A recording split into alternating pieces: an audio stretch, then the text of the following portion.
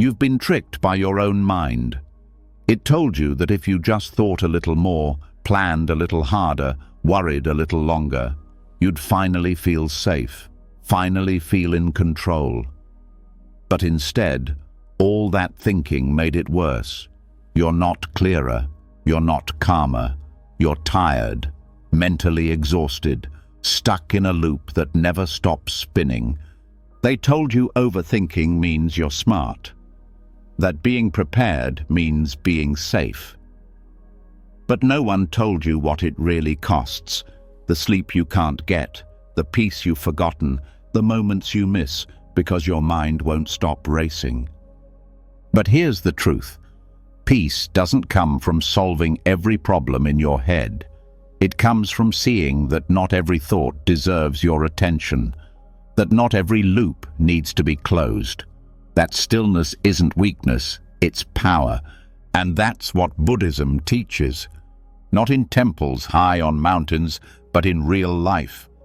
In the breath you've been ignoring, in the silence between thoughts, in the space where overthinking used to live. Tonight, these teachings will do more than help you sleep. They'll help you let go, not by force, but by understanding. As you listen, your mind will start to unclench. The grip of thought will loosen, and a calm you've been chasing for years will quietly settle in.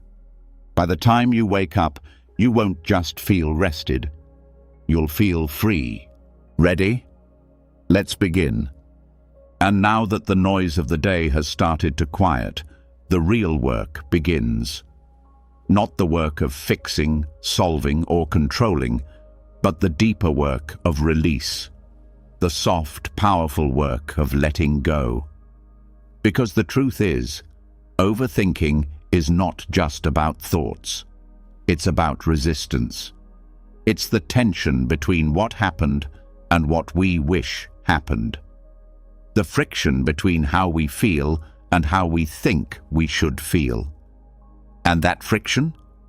It shows up right here, in the body, in the breath, in the small ways we hold on without realizing it.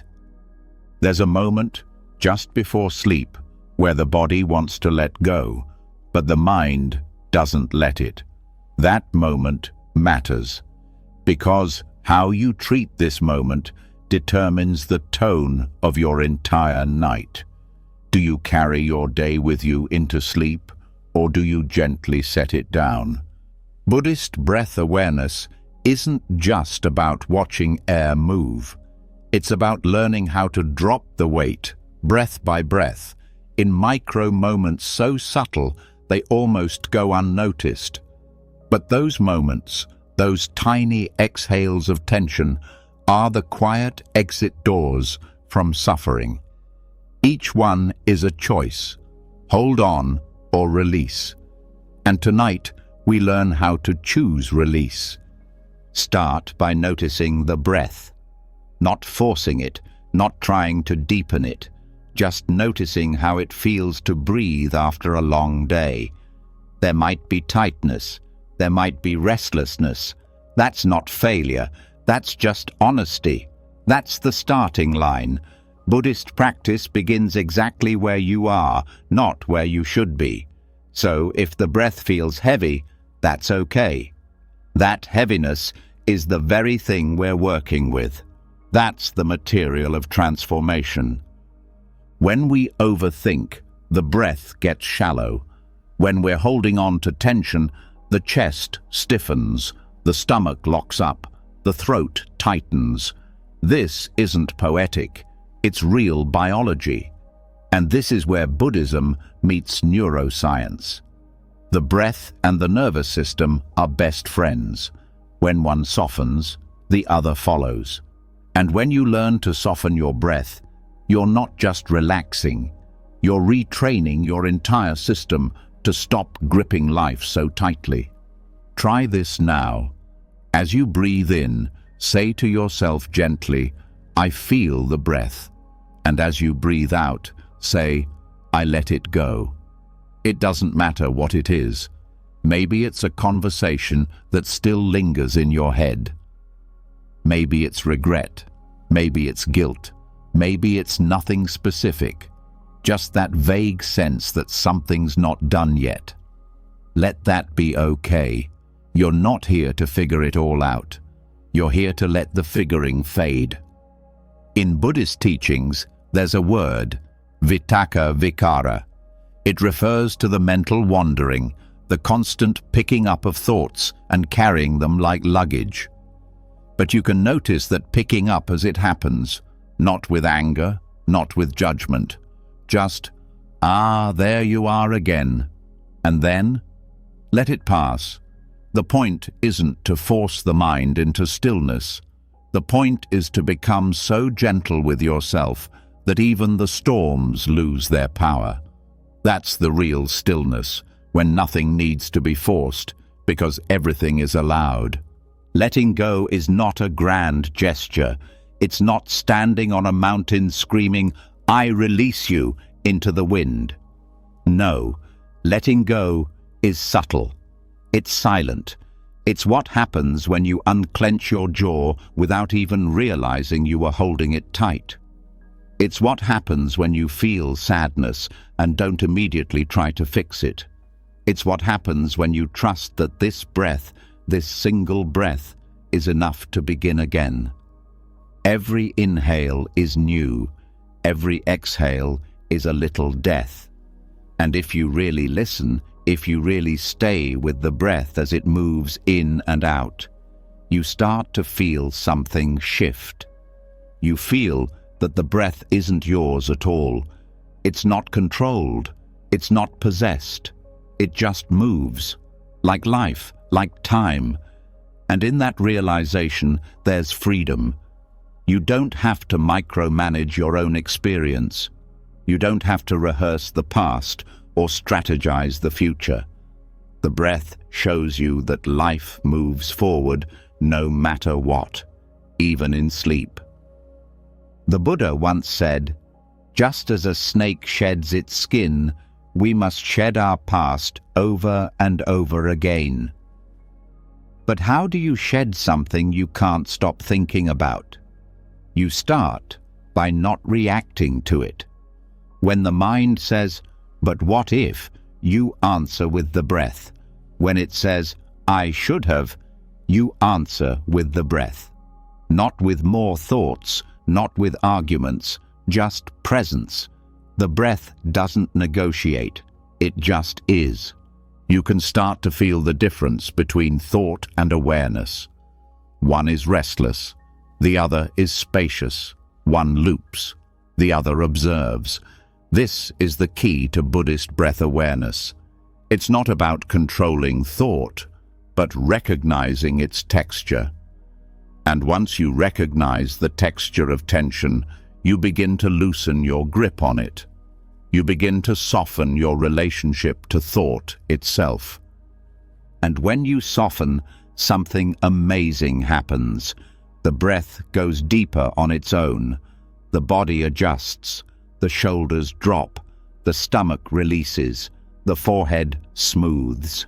These aren't just physical changes, they're messages. Your body is telling your mind, "We're safe now." You can stop running. Think about that. How many of your thoughts are just ways of running from something?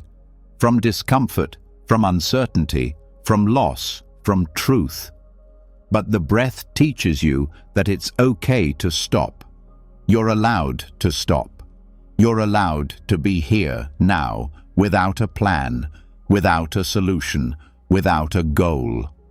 There's a Buddhist phrase, anatta, no self. It doesn't mean you don't exist.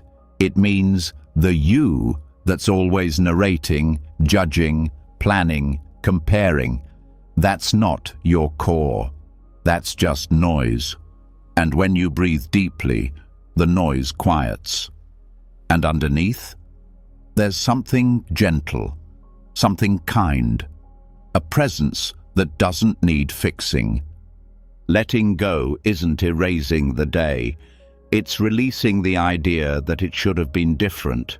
The mind holds on to moments like a tightrope walker afraid to fall.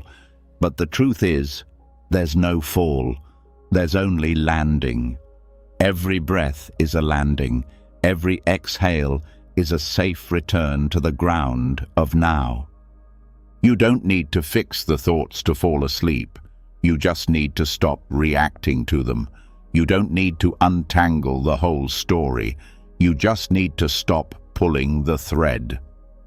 Thoughts are like bubbles. They pop on their own if you don't chase them. Let the chasing go. Let the mind wander without following.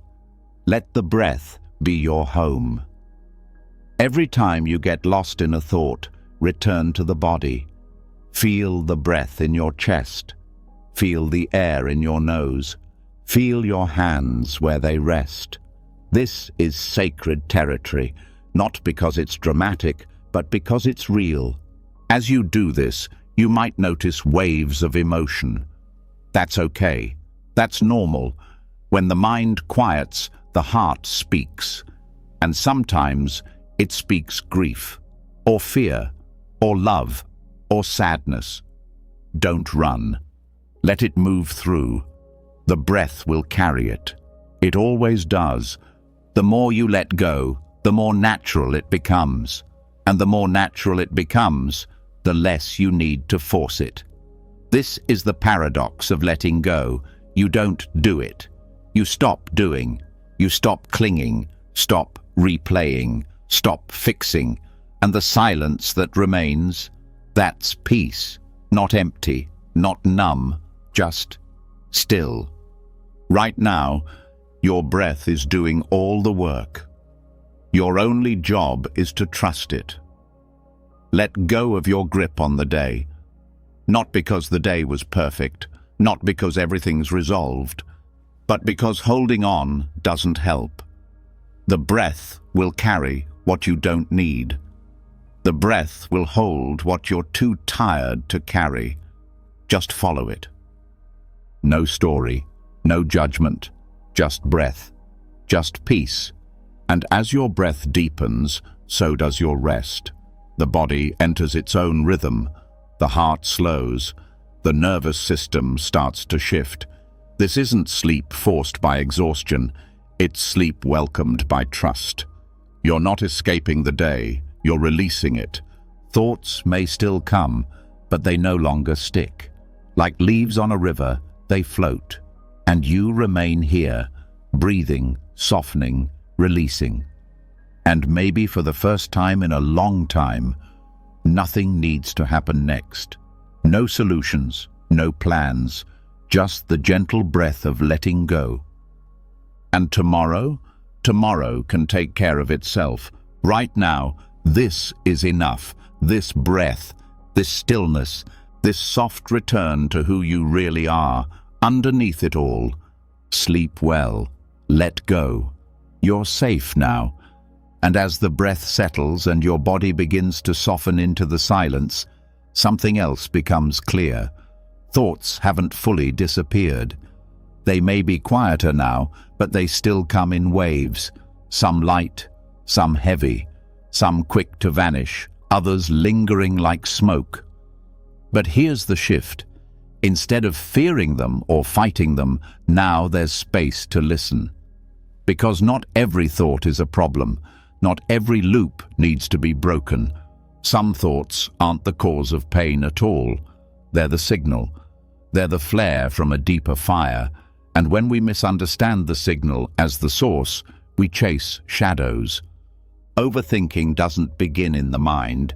It begins in the body's response to something unprocessed. A tension not named, a feeling not felt, a memory not met with kindness. The chatter, the spirals, the loops, they rise when there's discomfort we're not ready to hold. So the mind gets busy. It builds scaffolding to protect what hurts. It builds arguments, explanations, predictions, endless what-ifs, hoping one will be the answer. But none of them are, because the root isn't thought. It's pain beneath the thought. It's uncertainty beneath the words. Buddhism teaches that mental activity is like wind on the surface of water. You can try to calm the wind, or you can go deeper, beneath the waves, where the water is always still. That deeper space is where healing happens. But to reach it, you have to stop treating thoughts like enemies. You have to stop believing every one of them is trying to sabotage you.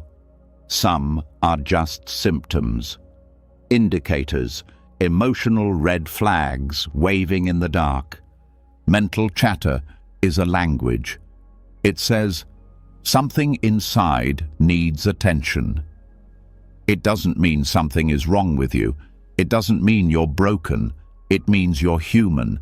It means your system is intelligent enough to create noise when something's unresolved.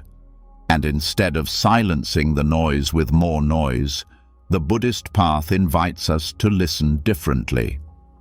The discomfort that comes before overthinking is subtle. It may feel like restlessness, like a quiet ache in the chest, like a vague unease you can't explain. That moment, before the mind starts racing, is gold. That's the moment to notice, to pause. Because the moment you feel that inner twitch and say, "What is this really about?" you interrupt the automatic loop. You become conscious. And consciousness is the first crack in the wall of compulsive thought. This is not about analyzing the discomfort. That's just another trap. The goal isn't to solve your feelings, it's to feel them without explanation. Buddhist meditation calls this direct experience, just sitting with the raw texture of what's arising. No label, no backstory, just presence. That's where transformation begins. Let's say you notice mental chatter picking up late at night. Instead of chasing the thoughts, try asking gently, what came before this? Did something leave me unsettled today? Did I feel unseen, unheard, overwhelmed? What emotion was pushed aside? Often, mental spirals follow emotional suppression. And when you bring awareness to what was buried, the mind no longer needs to overcompensate. There's a phrase in the Satipatthana Sutta, the core Buddhist teaching on mindfulness, that says, one knows the feeling as it arises. Not judges, not explains, just knows. This knowing isn't intellectual, it's somatic, it's embodied. It's the kind of knowing that comes from being still with what is uncomfortable until it begins to soften on its own. When people say, "I can't stop thinking," what they often mean is, "I'm trying to run from a feeling I haven't made peace with." The loop isn't logical, it's emotional. And that's why logical solutions fail. The overthinking continues because the body still feels unsafe. That's where the real healing starts, not by fixing the story, but by creating a sense of safety in the present. So how do you do that? First, drop into the body. Scan it gently. Where is the tension hiding? Not what caused it. Not who caused it, just where is it? Is there tightness in the chest, a heat in the stomach, a pulling behind the eyes? That's where the emotional soil lies, the space where old roots are tangled. And if you sit with it long enough, the chatter begins to slow. Not because you've silenced it, but because you've listened to what it was protecting. This is the radical power of Buddhist awareness. It doesn't force change. It allows understanding. And understanding dissolves the need for defense. There's a Buddhist metaphor that says, thoughts are like raindrops on a pond. They disturb the surface, but the pond itself is never broken. Your awareness is that pond. The chatter is not a flaw, it's just movement on the surface. And when you learn to rest below that surface, The movement no longer defines you.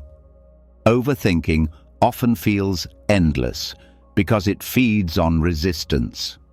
Every time you say, "I shouldn't be thinking so much," you feed the very loop you're trying to escape. But when you say, "Let me feel what's underneath this," the loop loses energy. Thought can't thrive without emotional fuel. Sometimes the emotional root is grief, sometimes it's shame, sometimes it's fear of losing control, and these emotions don't disappear when ignored, they just get louder. That loudness, that's the chatter. And once you tend to the emotion, thought no longer needs to scream to get your attention. This is where the practice of metta, loving kindness, can change everything. Not because it makes you positive, but because it teaches you how to meet yourself with gentleness. If the emotional root is shame, then attacking your thoughts only grows that shame. But when you say, "Even this I welcome," the cycle weakens. The chatter softens, because you're no longer feeding it fear. Even doubt, one of the core hindrances in Buddhist teaching, becomes a messenger. Doubt says, "Are we safe? Is it okay to rest? What if we missed something?"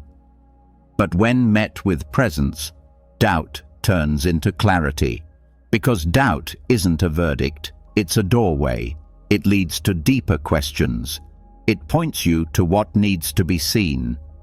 That's why overthinking is not your enemy. It's your teacher. It says, there's something in you that needs love. And if you listen, not to the words, but to the wound, the mind begins to trust that it doesn't need to keep spinning. Some nights, the thoughts will still come. Some days, the loop will return. That doesn't mean you failed. That means you're alive. The goal is not to become a blank slate. The goal is to build a relationship with your inner world so strong, so compassionate, so grounded, that even when the storm comes, you don't lose your center. And this is why Buddhist practice isn't about suppressing thought. It's about changing your relationship to thought. Thought is not the fire, it's the smoke. If you want to clear the air, you have to find where the fire is burning, and when you meet the fire with stillness, it starts to go out, because nothing can burn forever when it's no longer being fed. This is how healing begins, not by force, not by logic, but by tenderness. The chatter doesn't end because you crushed it. It ends because you stopped abandoning yourself, because you turned toward what you feared most and said, "You're allowed to be here, but you're not allowed to run the show." So as you rest now, as your body lays still and your breath flows in and out, let the mind wander without judgment. Let the thoughts rise without grabbing them. And when discomfort appears, don't run, don't label, don't solve. Just stay, just breathe. And let the mind show you what it's been trying to protect all along. Because once you meet that place with presence, the chatter loses its urgency. The signal has been received, the message delivered, and what's left is not silence, it's peace. You're getting closer now, not to the end of thought, but to the end of fear around it. Thought is no longer the enemy. It's no longer the problem. It's just a ripple on the surface of something much deeper, and that depth is you. Let that awareness hold you as you drift. Let it soften the loops. Let it dissolve the noise. This is not just rest. This is repair. This is the stillness underneath all storms. And you're finally home. And now that you've learned how to sit with the discomfort under mental noise, how to stop fighting thoughts and start feeling what fuels them, another door opens. A quieter one. It leads deeper, past what the mind spins and into what the heart has stored. Because once the outer noise begins to fade, something else becomes noticeable, not louder, but clearer. A softer voice that was always there, but kept getting buried. The voice of what was never said, never felt, never grieved, never acknowledged. And that voice is the whisper beneath the noise. This whisper doesn't shout, it doesn't demand. It waits. It waits for silence. It waits for stillness. And when we stop reacting to thoughts, when we stop trying to fix or escape our inner world, that whisper begins to rise. And what it says can't be heard in words. It's felt in the body. It might feel like an ache in the chest, a pressure behind the eyes, a lump in the throat. And it often carries the truth we've avoided. In Buddhist practice, there's a quiet teaching that says, not all suffering speaks loudly. Some of it waits in the corners of the mind, softly pulling strings from the shadows. These are not the thoughts we hear first. These are the deeper feelings underneath them, the ones that twist our decisions, shake our sleep, and confuse our clarity, not because they are loud, but because they are unheard. Sometimes it's grief, not always about death. Often it's the grief of lost parts of ourselves, the moments we betrayed our truth, the friendships that faded without closure, the versions of us we had to abandon to survive. Grief that doesn't weep, it lingers. It shows up as hesitation, numbness, chronic fatigue, and over time, the mind builds layers of distraction to avoid feeling it fully. That's how loops begin, not out of nowhere, but out of protection. Other times, it's fear, not the obvious kind, not fear of spiders or the dark, but the fear of being left, the fear of not being enough, the fear of facing what we've denied. That fear speaks in tightness, in tension, in resistance. It's the reason some people can't sit still, the reason silence feels threatening, the reason the mind stays busy even when life is calm. And then there's craving, deep, hidden longing, not for things, but for connection, for safety, for meaning. Craving not just for love, but to be seen without judgment, heard without being fixed, held without needing to prove anything. Craving like a hunger in the soul, constantly mistaken for goals, achievements, or even relationships. And when that craving isn't understood, the mind races to feed it with substitutes. More thinking, more planning, more, if I just do this, I'll feel better. But it doesn't work, because the craving isn't for change, it's for wholeness. This is the whisper beneath the noise, and it's not trying to harm you, it's trying to be felt. Buddhism teaches that all unhealed wounds ask for attention, not because they want to hurt us, but because they want to be released. And the only way to release them is through full, gentle presence, not analysis, not self-critique, just presence. In deep meditation, monks speak of moments where silence becomes so full, so rich, that something old rises, a memory, a feeling, a sudden wave of sadness without context. And in those moments, they don't chase it, they don't push it away. They bow to it.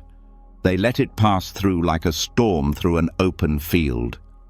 You can do the same, not through effort, but through willingness, through staying. When something painful rises in the silence, you don't need to label it.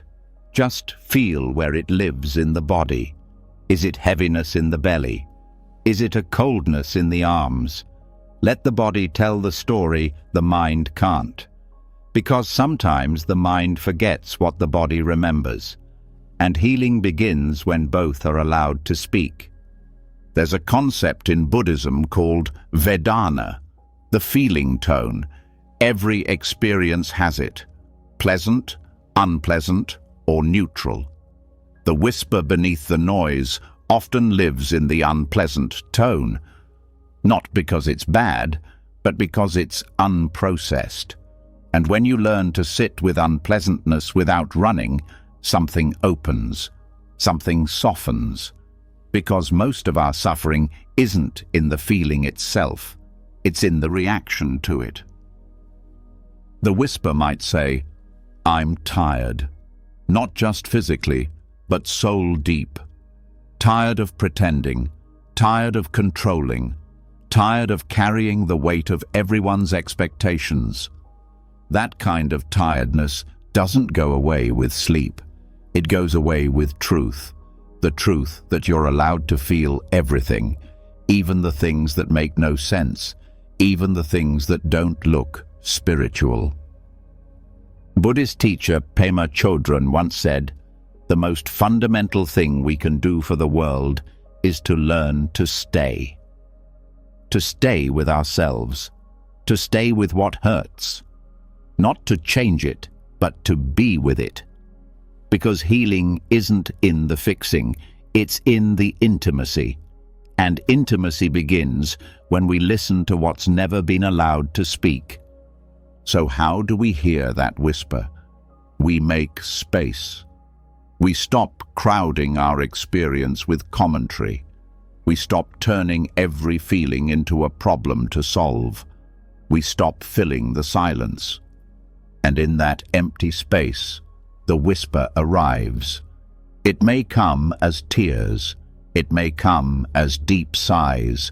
It may come as a memory you thought you forgot. Trust it. Don't judge its timing. Don't rush its message. The heart speaks in sensations, not sentences. The whisper won't always make sense, but it doesn't need to. You're not here to interpret it. You're here to feel it, to hold it like a child who's been waiting outside in the cold, unsure if anyone would come. And once it's held, it quiets. Not because you forced it into silence, but because it no longer needs to scream. When you begin to feel this way, honestly, rawly, you start to notice how unnecessary most overthinking really is. Because the mind only races when it doesn't trust the body to feel. And the moment the body is trusted again, the mind rests. This is why in Buddhist practice, awareness isn't just for the mind, it's for the heart, the whole heart, the broken parts, the hidden parts, the parts that still ache for something they can't name. When you include them, the whisper turns into a song, not loud, but beautiful, and it guides you home. There may be times when the whisper becomes overwhelming, when the grief rushes in, when the fear feels too big. That's when you return to the breath, not to escape, but to anchor. The breath doesn't erase the feeling. It supports you in it. It says, "You can feel this and still survive." And if the whisper brings up a truth you've been avoiding about your life, your relationships, your past, that's okay. Let the truth rise without forcing action. Listening doesn't mean you have to fix everything right away. Listening means you let what's real exist without resistance. This is the opposite of how most people live. They fight the whisper. They cover it with noise. They call it weakness. But in truth, it's the core of their wisdom. Because what you avoid holds the key to your freedom. What you push down controls you. What you allow to rise transforms you.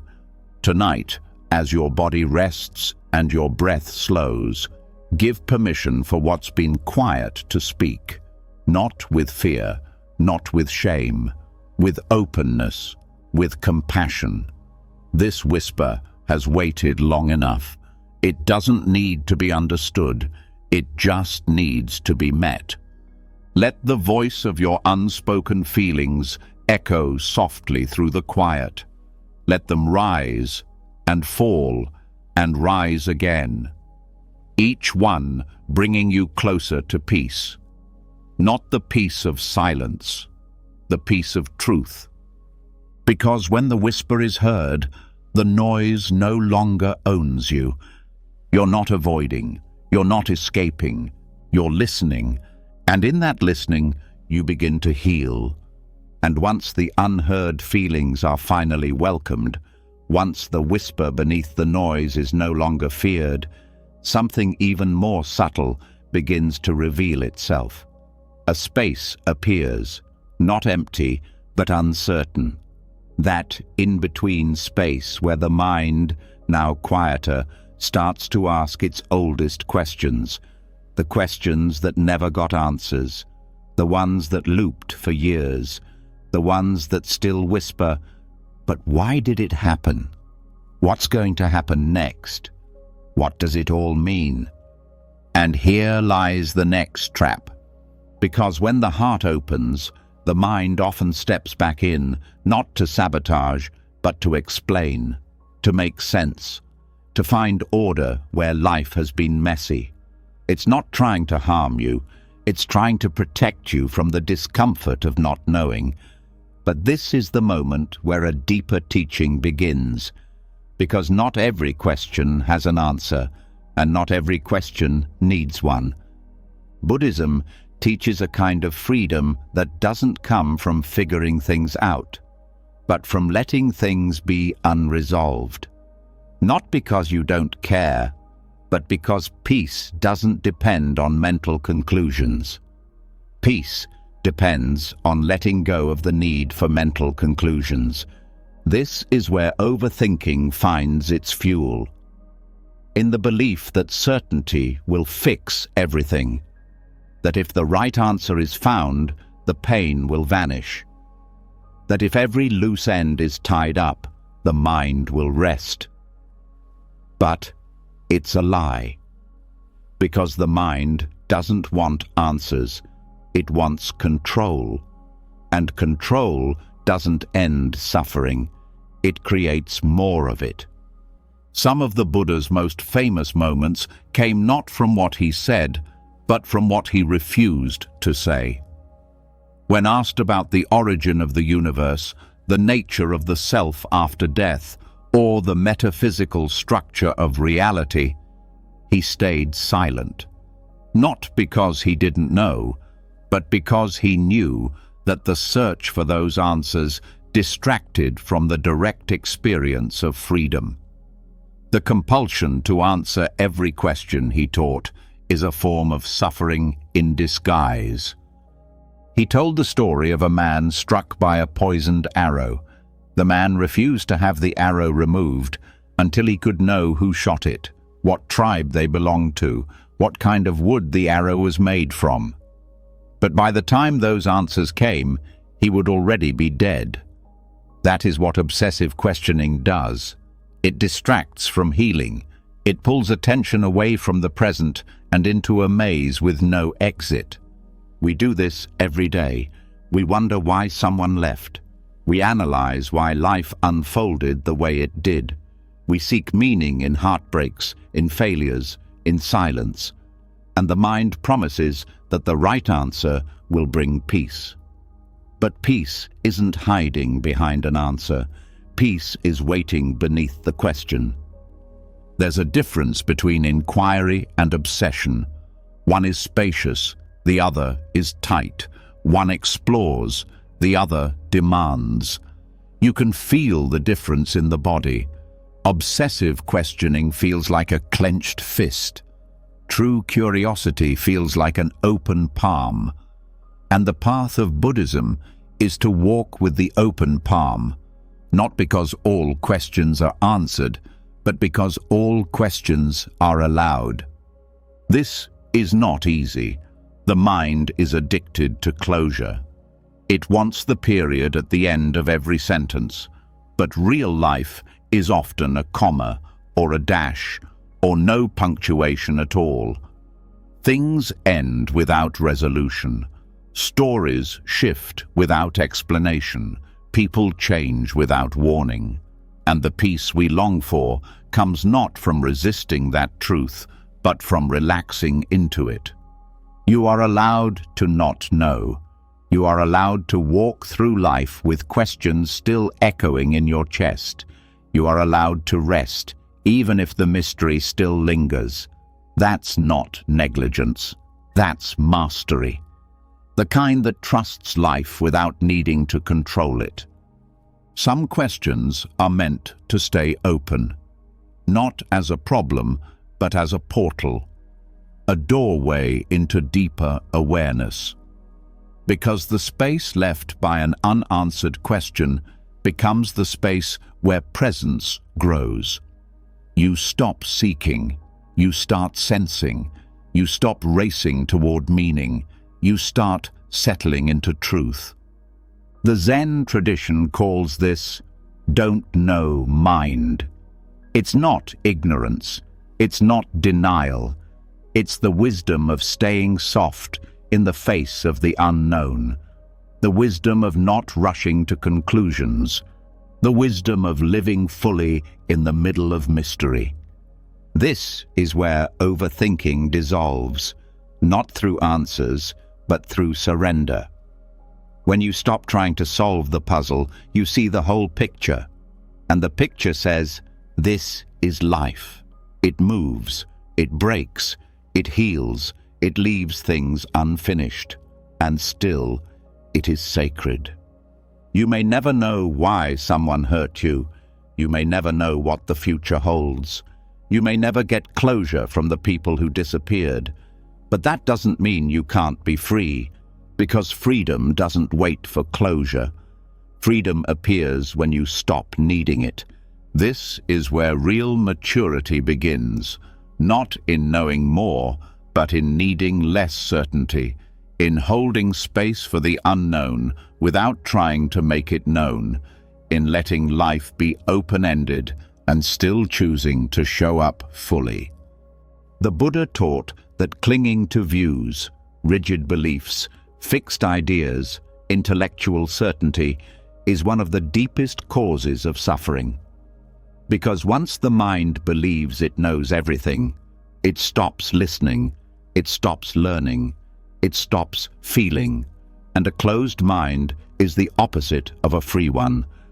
So how do you begin to loosen this grip? Start by noticing which questions you've been trying to answer for years. Which ones keep circling back? Which ones bring tightness, not clarity? Which ones feel like pressure, not peace? Then ask yourself, what if I didn't need an answer? What if this question could stay open? What would it feel like to rest, even with this thread left untied? That's the doorway, the shift from needing to knowing, from grasping to holding lightly, from mental tension to spiritual spaciousness. This isn't about pretending questions don't exist. It's about changing your relationship to them. You begin to see that the question isn't always the problem. It's the attachment to resolving it that creates suffering. And once that attachment loosens, the question becomes lighter. Sometimes it even fades. Not because it's been answered, but because it's no longer charged. This is how Buddhism rewires the thinking mind. It doesn't make you smarter, it makes you softer. It doesn't make you right, it makes you free.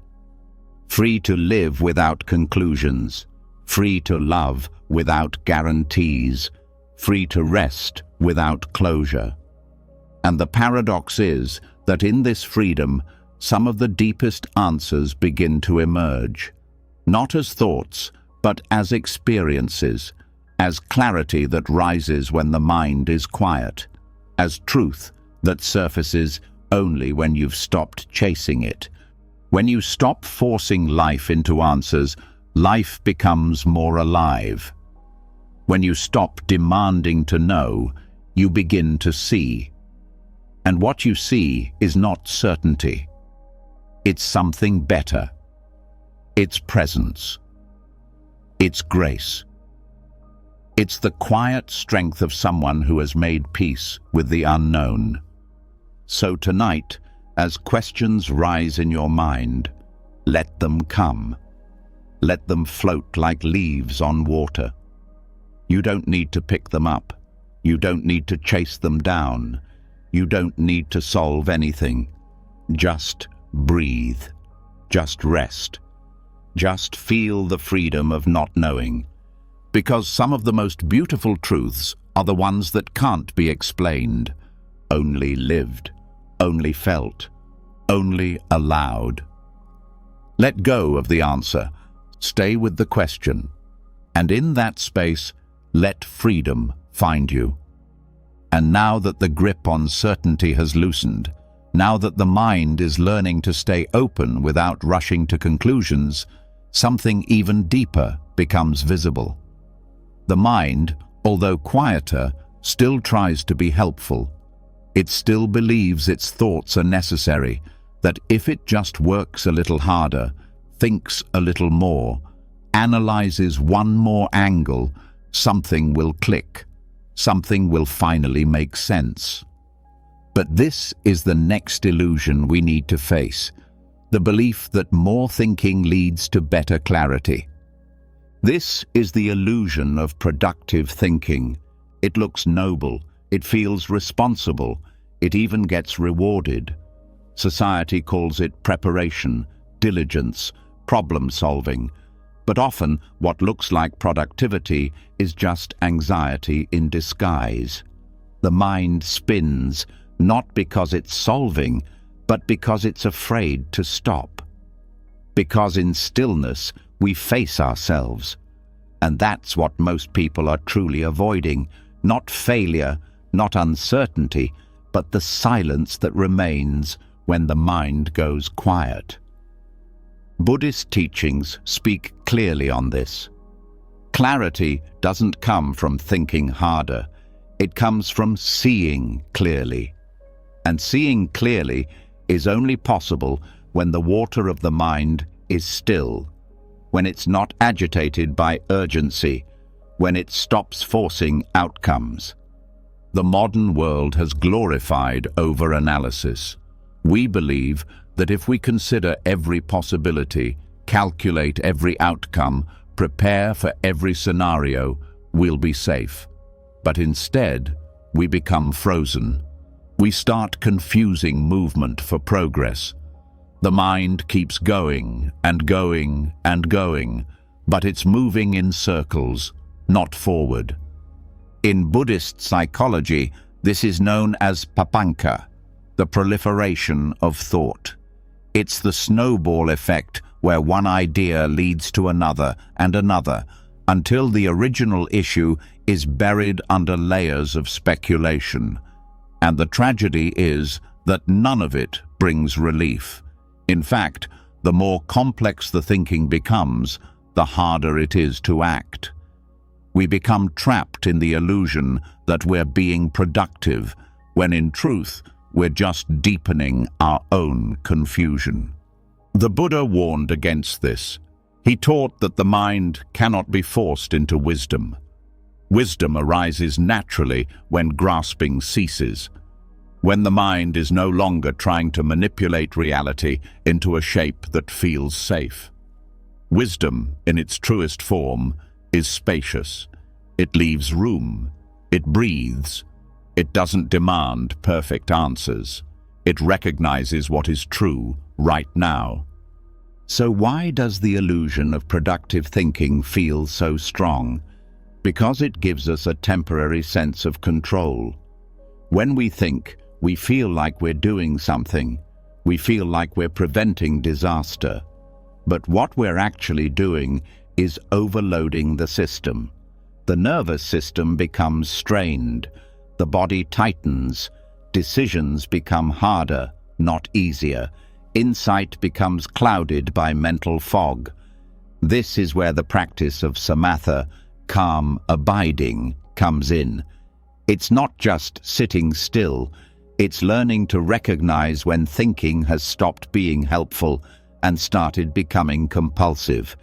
It's the ability to pause, feel the body, and gently return to breath without judging the mind for trying to help.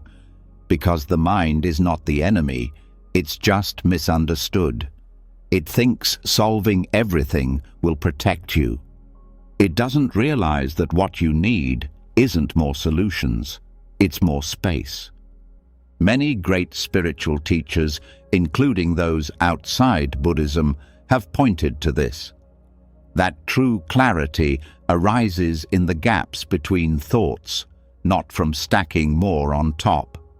That sometimes the best insights come when we stop trying to think and allow ourselves to rest. This is not laziness, it's the wisdom of non-doing, the deep knowing that comes when we trust the present instead of controlling the future. In daily life, this might look like stepping away from a decision instead of thinking it to death. It might mean taking a walk, watching the sky, doing nothing for a few minutes, not as avoidance, but as space-making. When the mind is tense, its answers are narrow.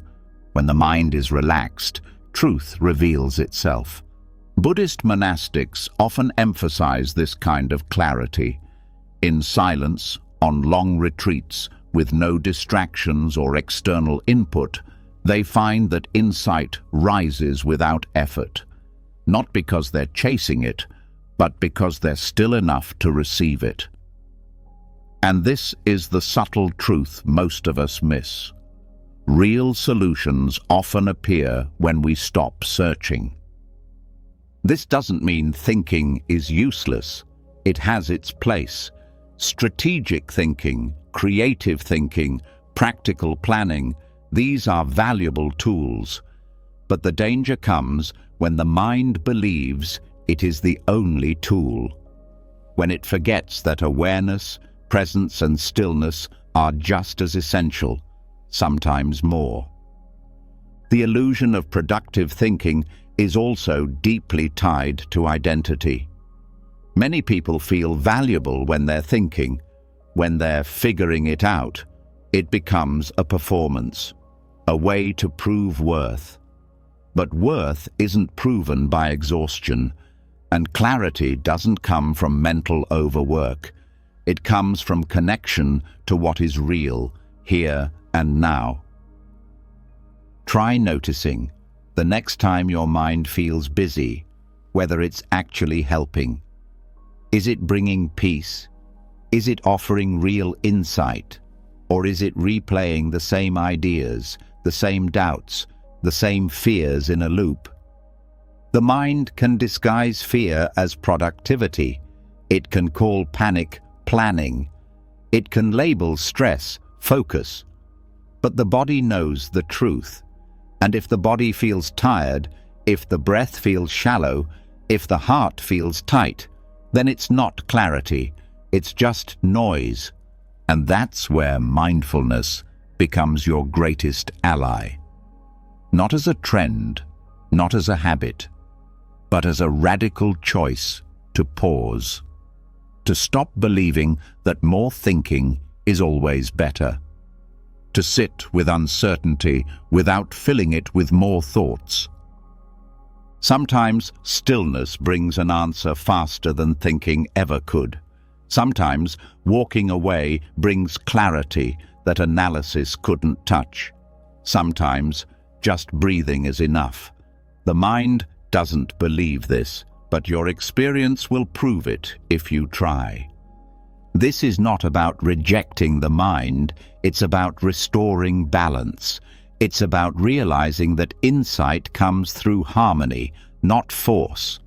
That mental strain never leads to wisdom, but presence does.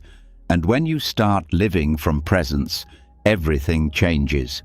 Decisions become easier, words become clearer, relationships become softer.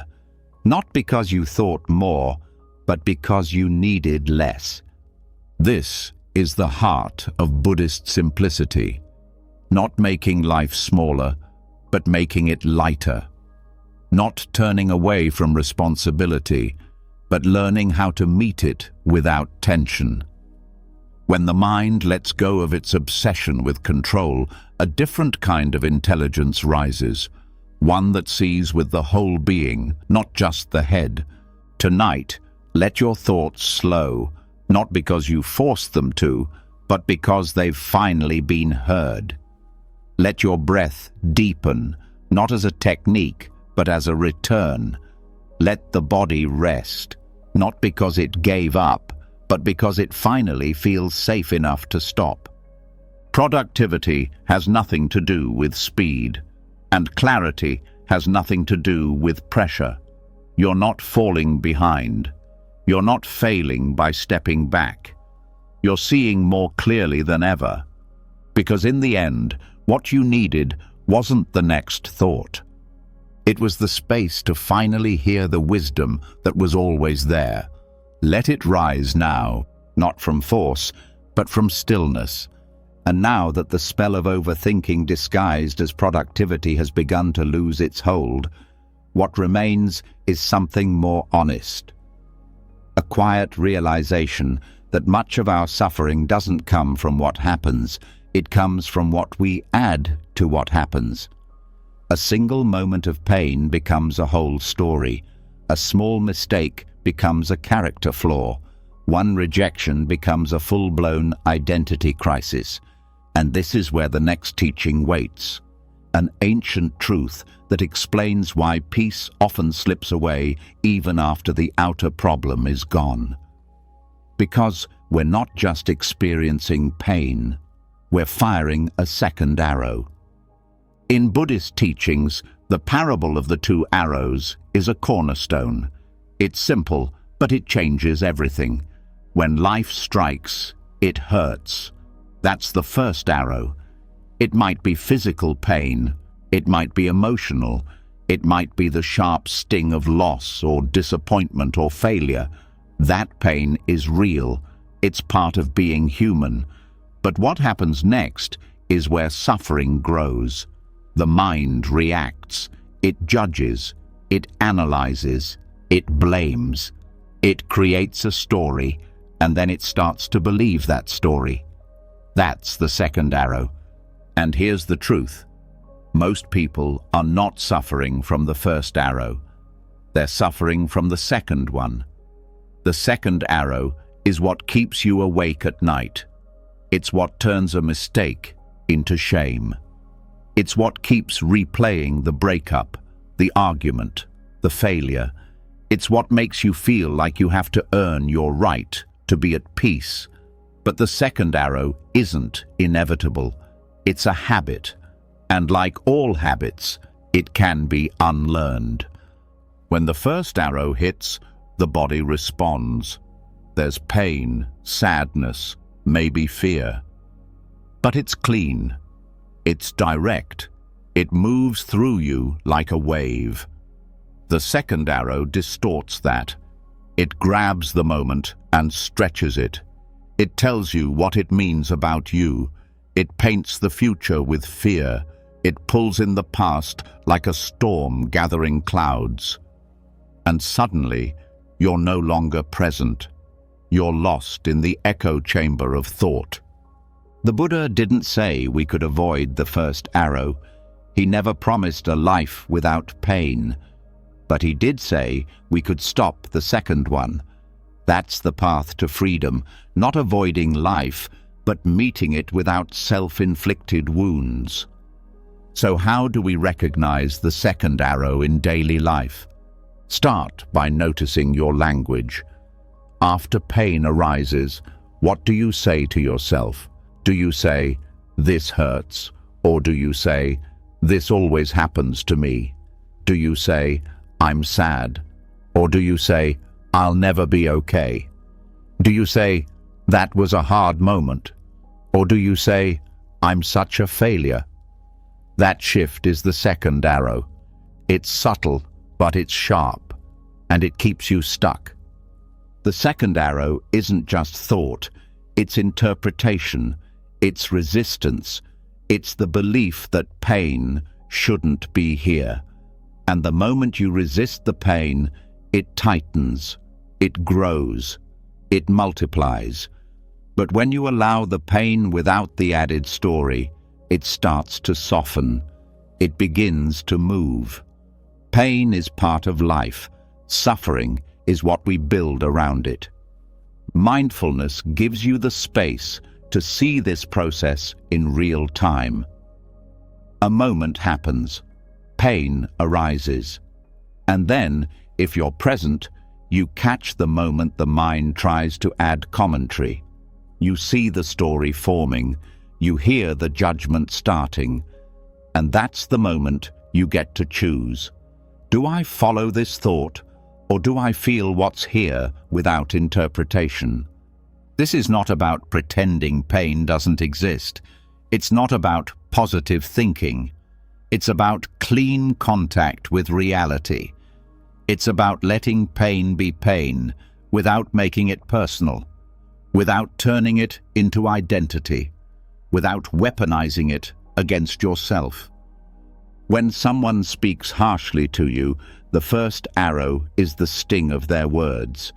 The second arrow is the thought, they hate me, or I always push people away, or I'm not good enough.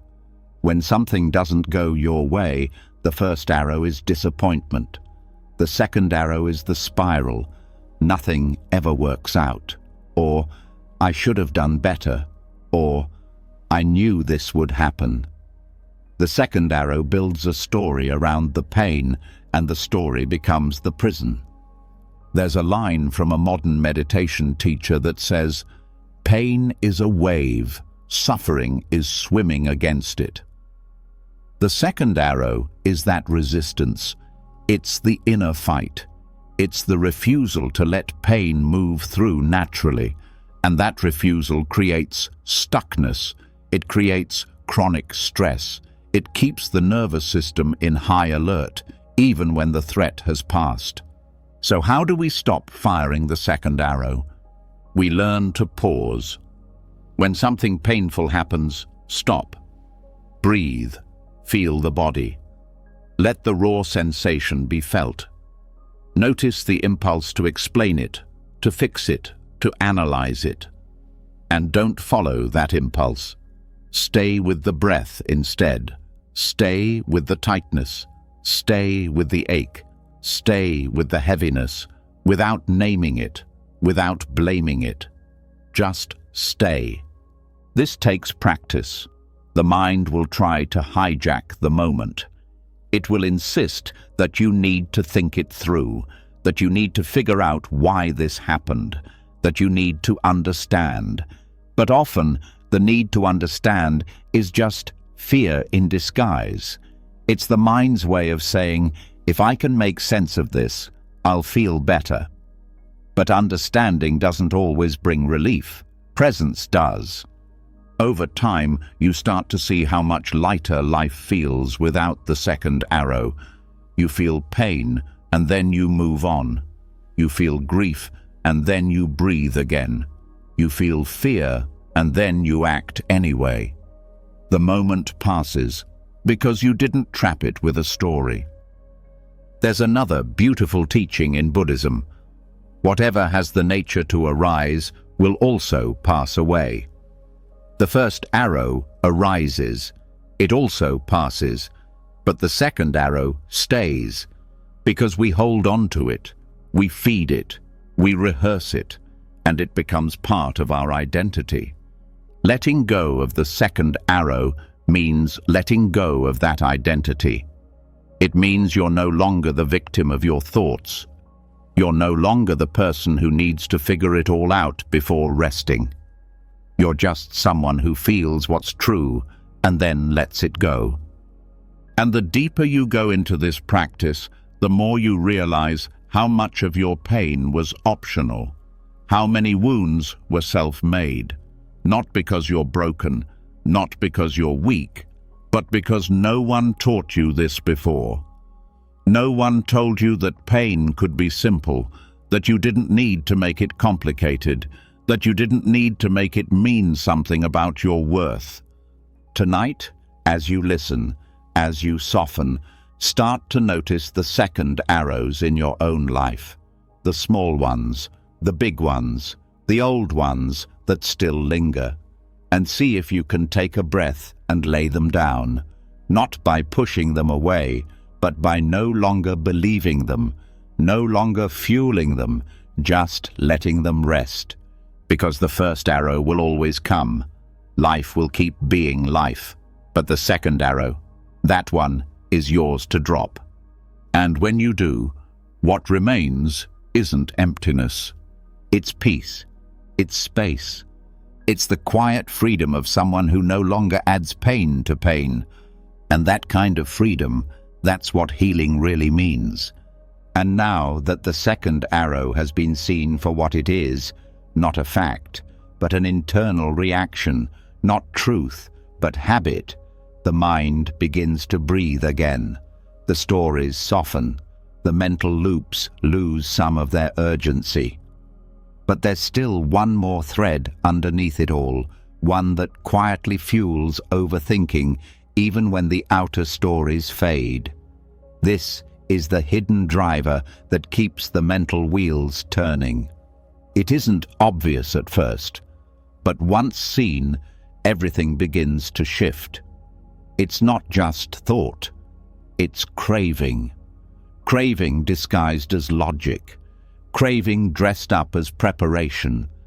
Craving that hides inside obsession and calls itself intelligence. Overthinking at its core is not random.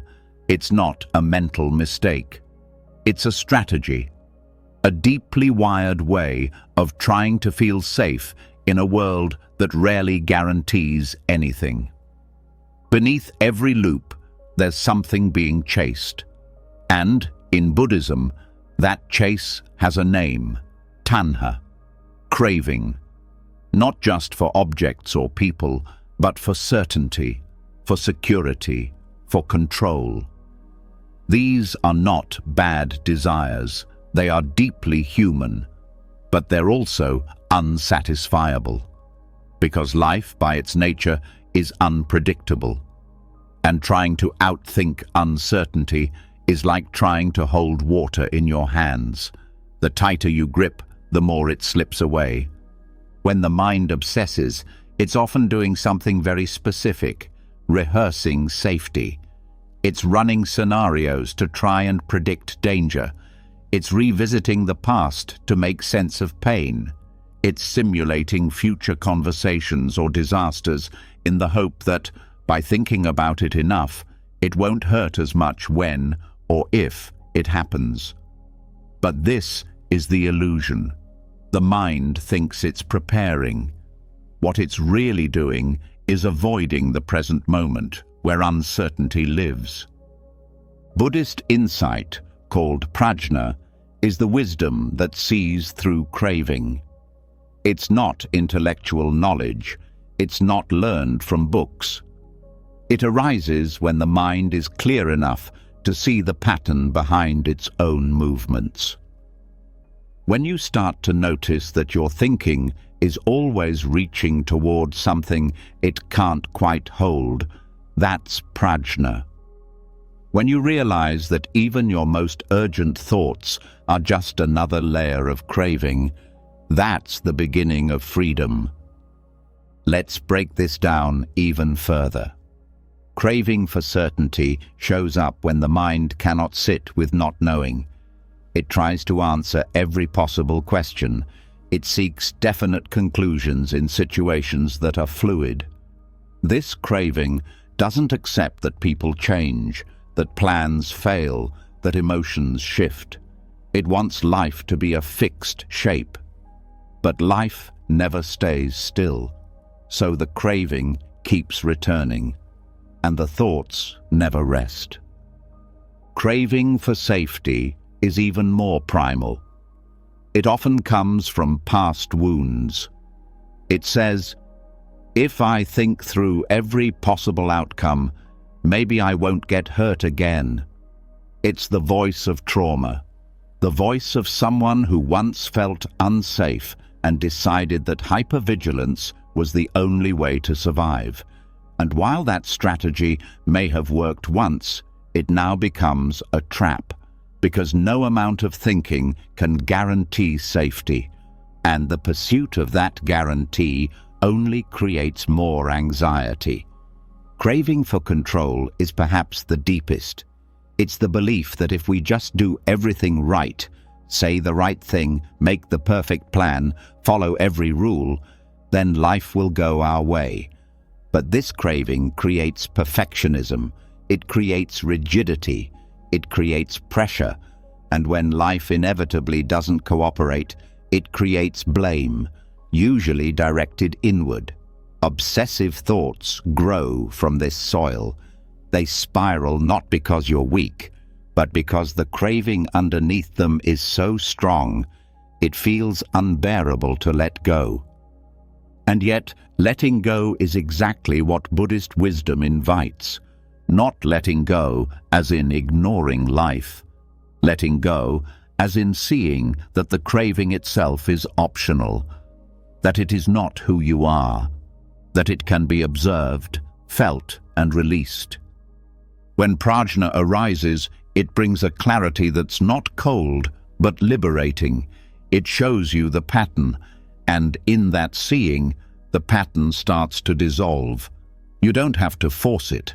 Just by seeing the craving clearly, you stop feeding it unconsciously. The thoughts might still arise, but they no longer grip you. You no longer believe their urgency. You start to feel a strange calm in not knowing, a strange freedom in surrender. This is not passive, it's powerful. It's what the Buddha meant when he said craving is the root of suffering. Not because desire is bad, but because identification with desire creates tension. The moment you believe, I must have certainty, you're already in conflict with life. But when you see that thought arise and recognize it as craving, not truth, you reclaim your freedom. This is a shift from attachment to observation, from I am this craving to this craving is passing through me. And from that space, you start to respond differently to your own thoughts. Instead of chasing them, you hold them gently. Instead of arguing with them, you breathe through them. Instead of needing answers, you rest in awareness. Overthinking cannot survive this kind of presence. It depends on speed, on urgency, on looping. When you slow down enough to feel what's beneath the thought, the craving becomes visible. And once it's visible, it's no longer running the show. You don't have to fulfill it. You don't have to follow it. You just have to witness it. It may come in waves. You may notice the craving again and again. That's okay. Each time you recognize it, you weaken its hold. Each time you pause instead of react, you create space for wisdom to grow. This is why Buddhist meditation isn't just about relaxation. It's about retraining the mind to see clearly, to break the trance of craving, to find peace not by fixing life, but by releasing the compulsive need to fix. You start to trust something deeper than thought, a quiet knowing that you are already whole, that nothing needs to be controlled in order for you to be safe, that peace is not the result of mental effort. It's what appears when craving subsides, and this trust grows every time you don't react. Every time you don't reach for a false sense of certainty. Every time you let the craving pass like a cloud instead of building your identity around it. So the next time your mind begins to obsess, pause. Ask yourself gently, what am I trying to hold on to right now? Is it a story, a plan, a fear, a hope? Let the craving reveal itself. and then meet it not with judgment, but with presence, with kindness, with breath. Because craving is not the enemy. It's a teacher. It shows you where you still believe peace must be earned. And when you stop believing that, peace returns. Not because you did something to deserve it, but because it was always waiting underneath the noise. Let yourself feel that now. Let the craving rise without feeding it. Let the thoughts pass without chasing them. Let the mind rest in what it always feared, not knowing, not controlling, not being certain. And watch what happens. The mind begins to settle. The heart begins to soften. The craving begins to dissolve. And in its place, something gentle remains, something steady and clear, not the result of thinking, not the prize of effort, but the quiet gift of seeing through the illusion. That is prajna. That is peace. And that is where you are headed now. And once the craving underneath obsessive thought is seen clearly, not just intellectually, but from the quiet space that's deeper than craving, everything feels a little lighter. The loops begin to slow. The grip begins to loosen. But even with that clarity, something still lingers. Not craving this time, but residue. Residue from years of thinking, analyzing, storing, collecting every moment and every thought like it might be needed later. And this is where another layer of overthinking reveals itself. Not as noise, not as urgency, but as clutter. The mind, like an overpacked room, filled with thoughts that haven't been used in years. There is a kind of mental weight that doesn't come from what's happening now. It comes from everything the mind has kept, every unresolved story, every unfinished thought, every memory you didn't know what to do with. This is mental hoarding, the habit of keeping thoughts long after they've served their purpose. Not because they're useful, but because letting go of them feels unfamiliar. Buddhist practice looks at this with both honesty and compassion. It doesn't judge the clutter. It understands how it got there. The mind, like a protective caretaker, holds on to thoughts out of fear. Fear that if you forget, you'll be unprepared. Fear that if you let go, something important will be lost. But just like a house packed with things you no longer use, a crowded mind doesn't make you safer. It makes you less able to breathe. Overthinking often hides in this kind of accumulation. It's not always fast-paced or chaotic.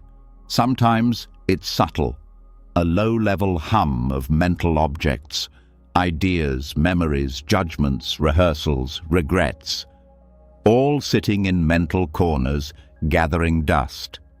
And without regular awareness, they pile up.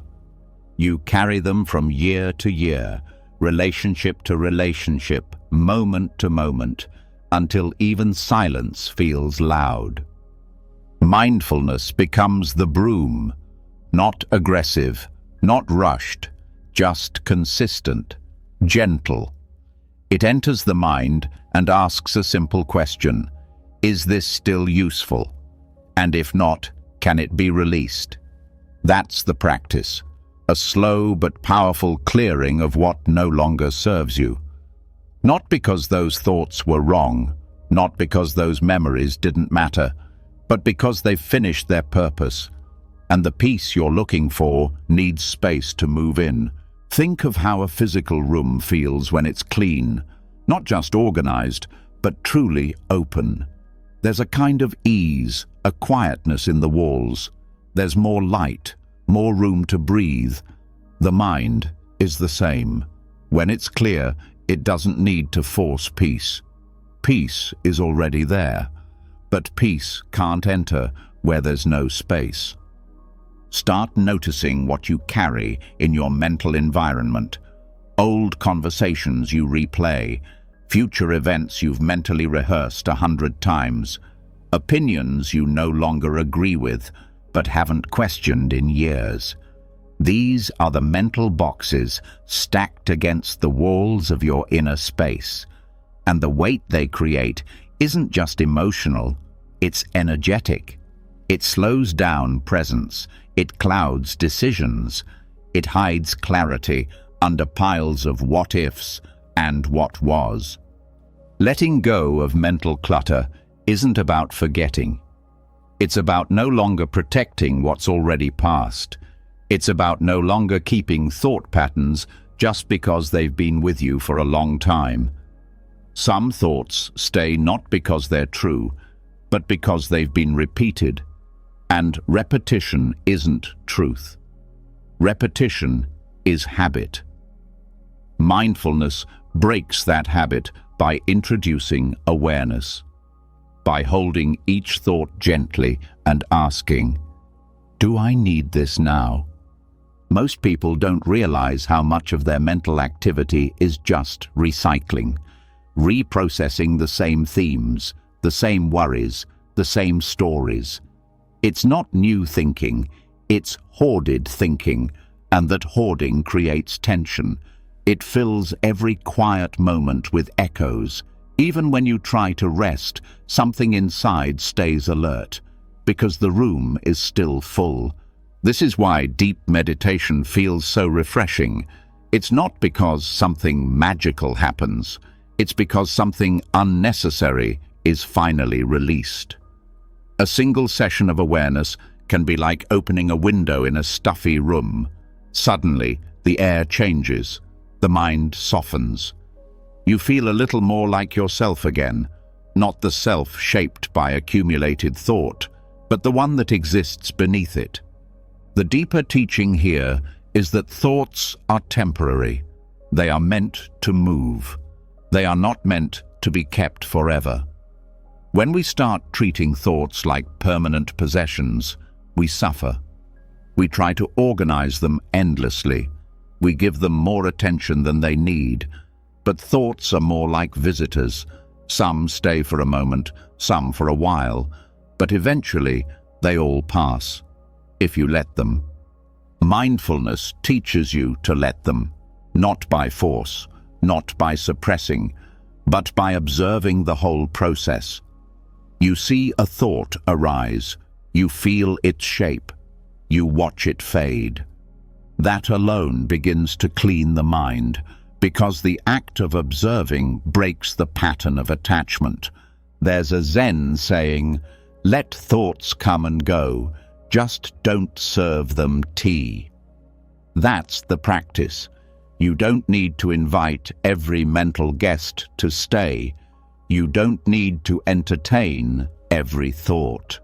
You can acknowledge it and let it pass. The less you attach, the less residue it leaves, the more space you preserve. Mental hoarding often comes from the fear of not being in control. The mind thinks, if I let this go, what if I need it later? So it stores it. But here's the paradox. Clarity only arrives when you stop clinging.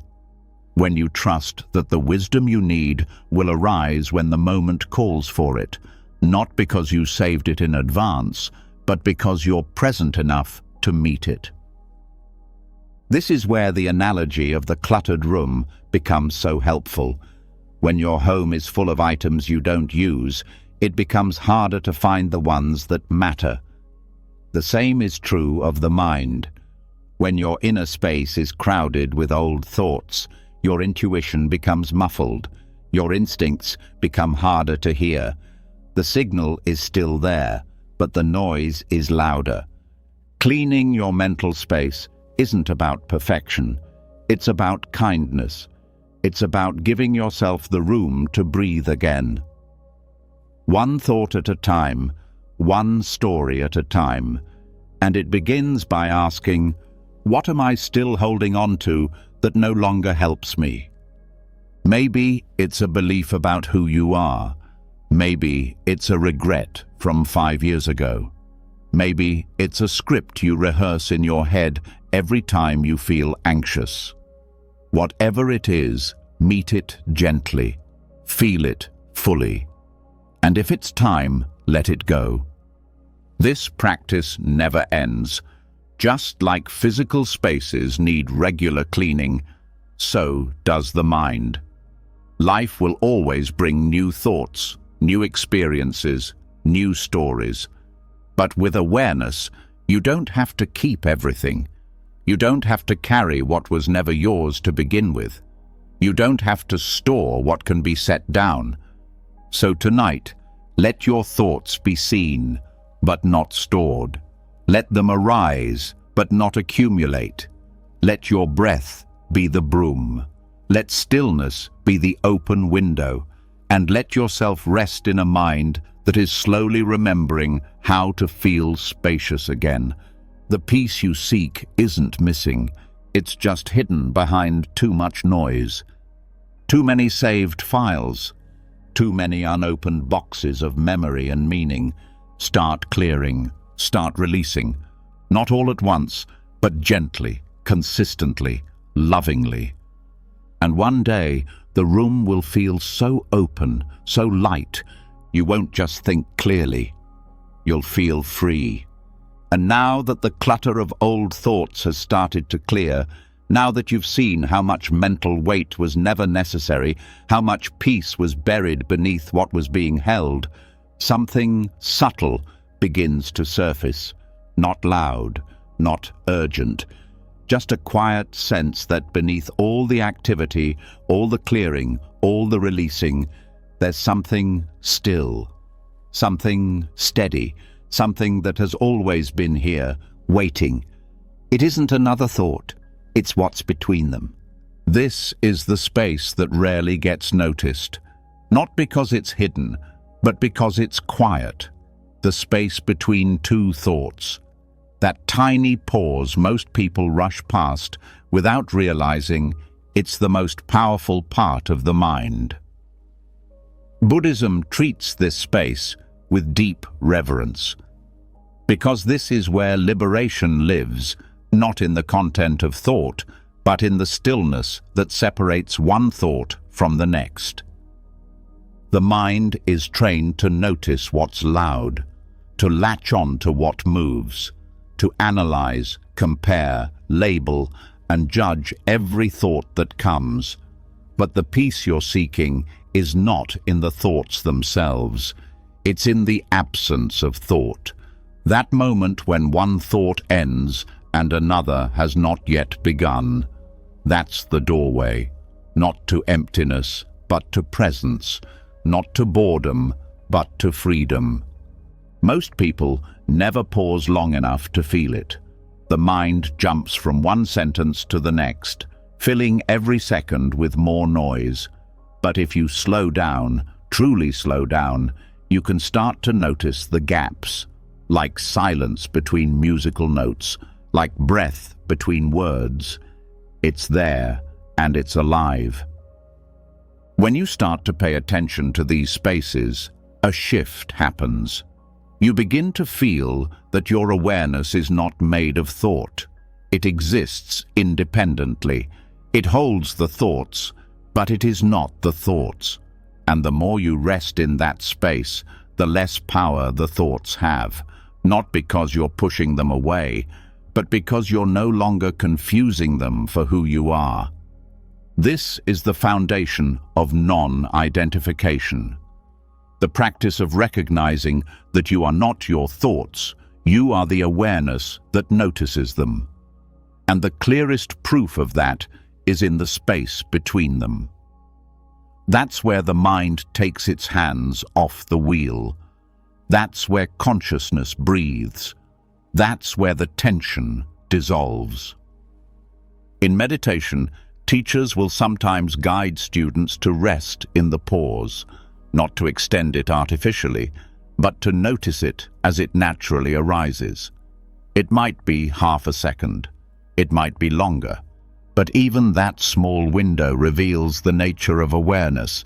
It shows you what thought is made of, movement, and what presence is made of, stillness. This space isn't an escape from life. It's what makes life clear. It's the difference between reacting and responding, between grasping and observing. When you live only in thought, everything feels like pressure. When you learn to rest in the pause, even for a moment, clarity begins to return. Not because you figured anything out, but because you stepped out of the way. Thoughts are like waves on the ocean. The space between them is the ocean itself. Wide, deep, still. When you notice that space, you're not lost at sea. You've found the shore. And from that shore, everything becomes simpler, more spacious. Even the most difficult thoughts lose their bite, because they're no longer crowding each other. They rise, and then they fall. And in between, there is silence. But this silence is not emptiness. It is full of presence. It is the part of the mind that doesn't argue, doesn't struggle, doesn't compare. It simply sees. And that seeing is powerful, because it breaks the trance of constant thinking. It reminds you that awareness doesn't need to do anything to be complete.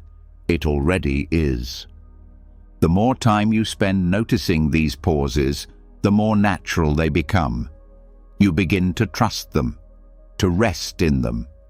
Even during the day, in conversation, in work, in movement, you start to feel the spaces between words, between moments, between actions.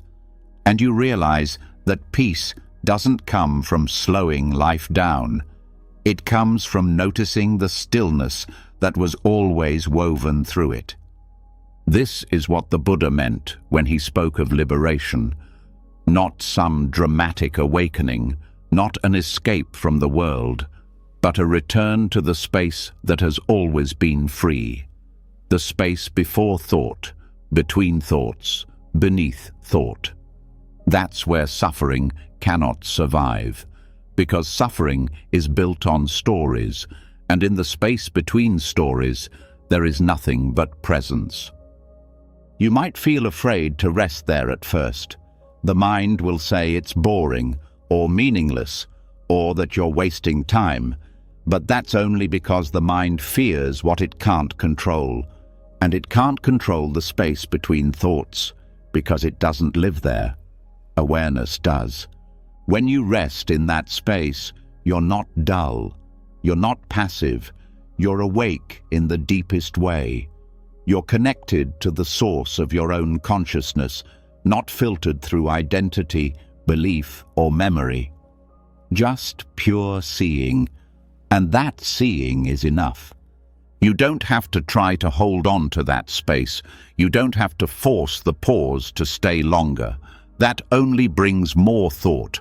What you can do is become familiar with it. Trust it. Visit it more often. Each visit leaves a trace, and over time, the path to that stillness becomes easier to find. This is not about perfecting silence. It's about remembering it.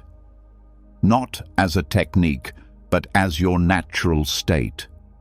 Underneath all the movement, the noise, the thinking, there is this breath, this pause, this moment where thought falls away and awareness remains. And this is the real teaching. You don't have to silence your thoughts to find peace. You just have to see the silence that was always underneath them. And when you do, even your thoughts become less threatening, because they are no longer happening to you, they are simply passing through. So tonight, as your thoughts begin to slow, start noticing what lies between them. Don't reach for it. Don't analyze it. Just rest there, in the space that asks for nothing, in the stillness that doesn't need to be earned. Thought will come again. That's okay. Let it. But also let it go. And in that letting go, feel what remains. Not a void, not emptiness, but presence, pure, quiet, free. The space between two thoughts is not a gap, it's a doorway. And now, you've stepped through. And now that the stillness between thoughts has begun to reveal itself, not as absence, but as the most natural home of awareness, something else begins to show. Something more elusive, but just as real. Because even after touching that silence, thoughts return. They always return. But now they look familiar, recycled, repackaged, wearing different masks, but carrying the same emotional tone. It becomes clear that thoughts don't just disappear, they reincarnate. And this cycle, this repetition, is not random. It's samsara of the mind. In Buddhist teachings, samsara is the cycle of birth and death, the endless loop of suffering that continues when craving and ignorance are left unchecked. But samsara is not just about lifetimes. It's happening right now, inside the mind. Each time a thought arises, plays out, fades, and returns in a different form, samsara continues. Not because the world forces it to, but because the mind, left on autopilot, keeps looping through the same patterns. These thought patterns are like echoes. They return because they haven't been fully seen, because they still carry a charge, because something in us is still reacting to them. They may show up as worry today, regret tomorrow, and a self-critical story the next. But if you look closely, the emotional flavor is the same. That's the karmic echo, not mystical, but psychological. The mind keeps responding in the same way, and the same experiences get recreated. This cycle is not punishment, it's momentum. Mental habits build grooves. The more you follow a pattern of thought, the deeper the groove becomes, and soon the mind starts running through those grooves automatically, not because it's wise, but because it's practiced. That's why the same thoughts keep coming back, even after you've dealt with them. It's not that the mind is broken, it's that the pattern hasn't been fully seen with awareness. Not just recognized, but experienced with clarity. Thought reincarnates itself because we keep reacting the same way. When reaction ends, the cycle begins to break. This is where mindfulness becomes your liberation tool. When you bring presence to a familiar thought, noticing how it feels in the body, how it triggers emotion, how it loops, you start to interrupt the karma. You start to respond instead of react. You stop feeding the momentum, and slowly the thought pattern begins to lose energy. This doesn't happen by force. It happens by insight. Buddhist insight, or vipassana, is not about replacing negative thoughts with positive ones. It's about seeing thoughts as they are, without clinging or resistance. It's about feeling the entire life cycle of a thought without adding extra weight to it. For example, a thought like, "I'm not good enough," might appear. If you meet it with more thought, arguing with it, defending yourself, trying to disprove it, you've just created a new version of the same cycle. But if you meet that thought with stillness, with full awareness of how it lands in the body, with curiosity instead of defense, something changes. The thought runs its course. It rises, it passes, and the space between thoughts returns. Most people think they're stuck because their thoughts are too powerful, but in truth, they're stuck because they keep reacting in the same way. The moment a thought appears, they follow it, engage with it, rehearse it. That's what keeps it alive.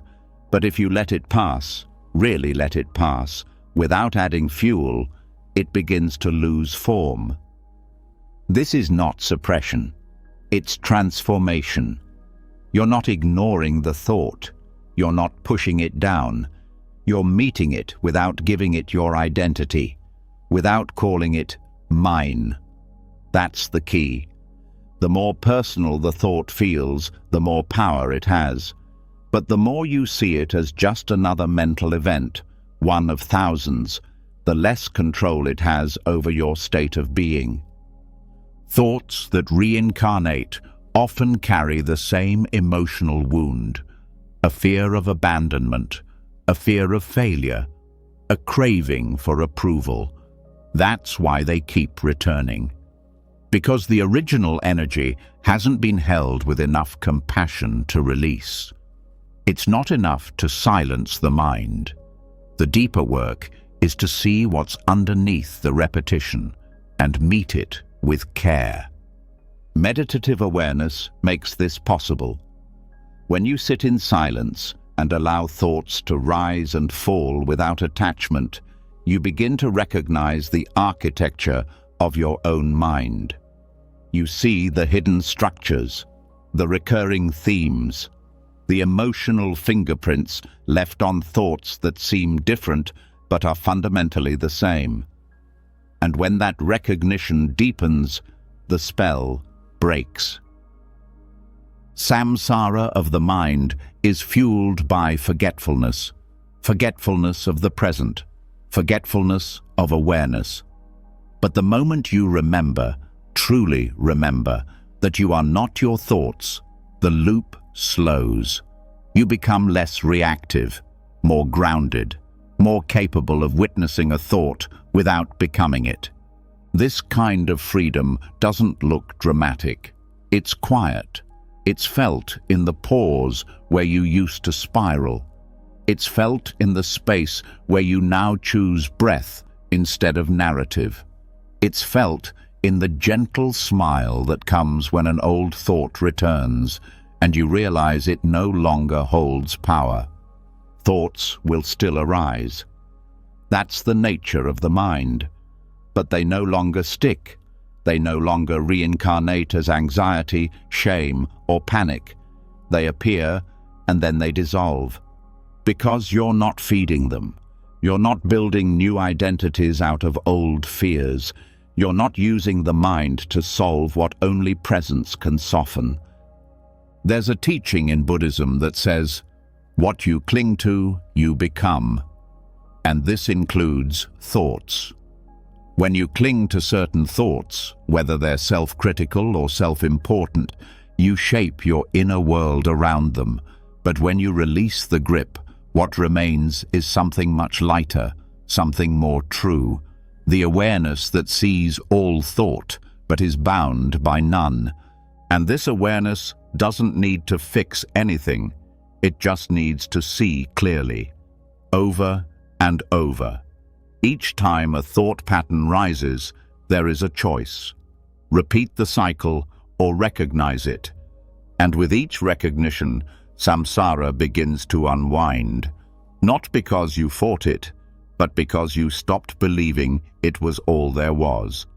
You might notice familiar thoughts still trying to pull you in. That's okay. That's expected. But you don't have to react the way you used to. You can pause, breathe, feel the body. Watch the thought move through like weather. No longer an identity, just a cloud, just a ripple, just energy. This is what breaks the reincarnation of thought, not resistance, but awareness, not analysis, but spaciousness. When you allow the thought to live and die without building a new version of it, the pattern fades, slowly, then suddenly, and the mind begins to feel new, not because it stopped thinking, but because it stopped clinging.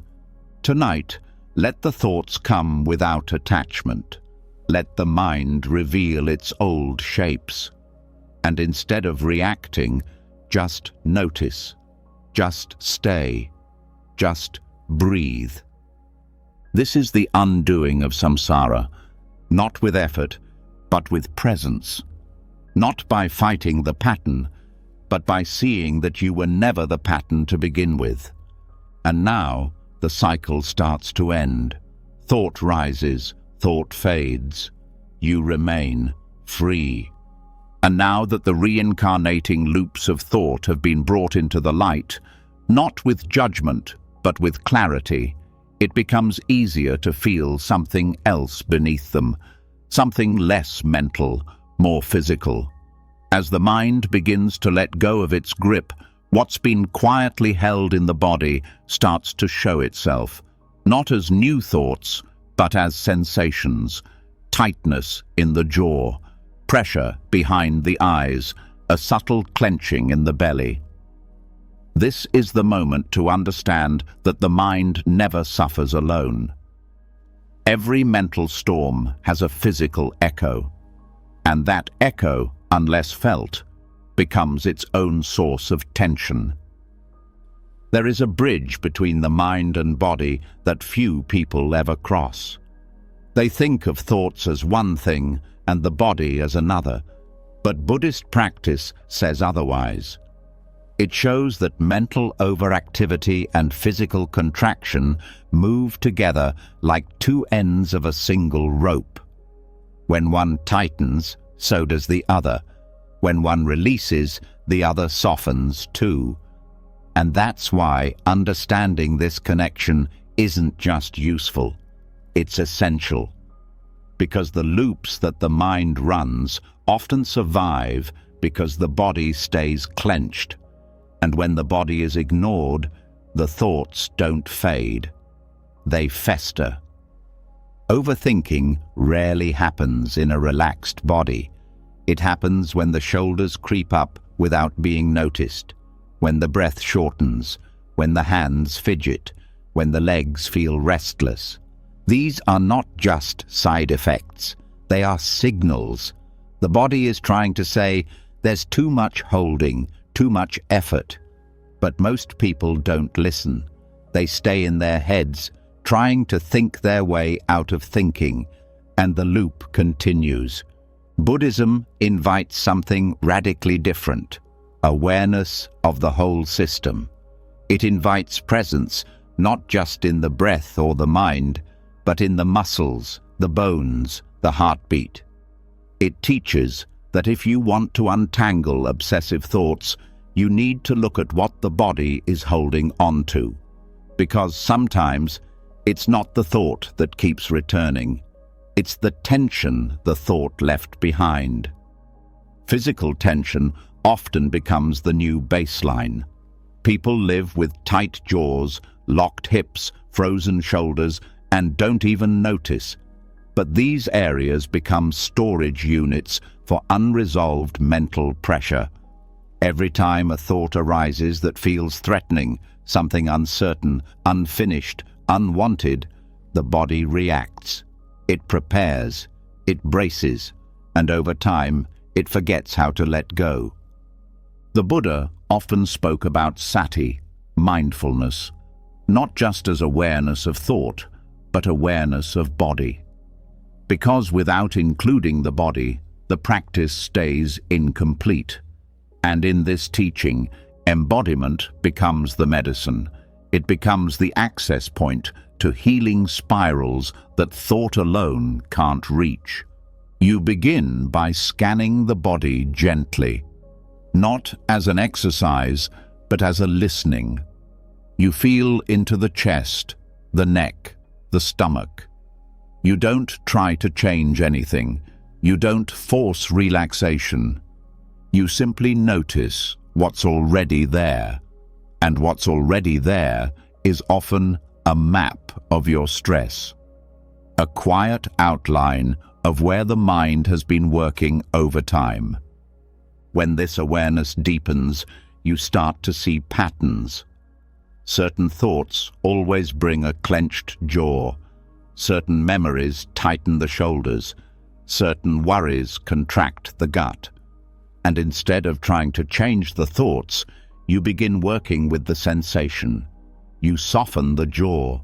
You lengthen the breath. You rest the hands. And slowly, the thought begins to lose momentum. This is the two-way bridge.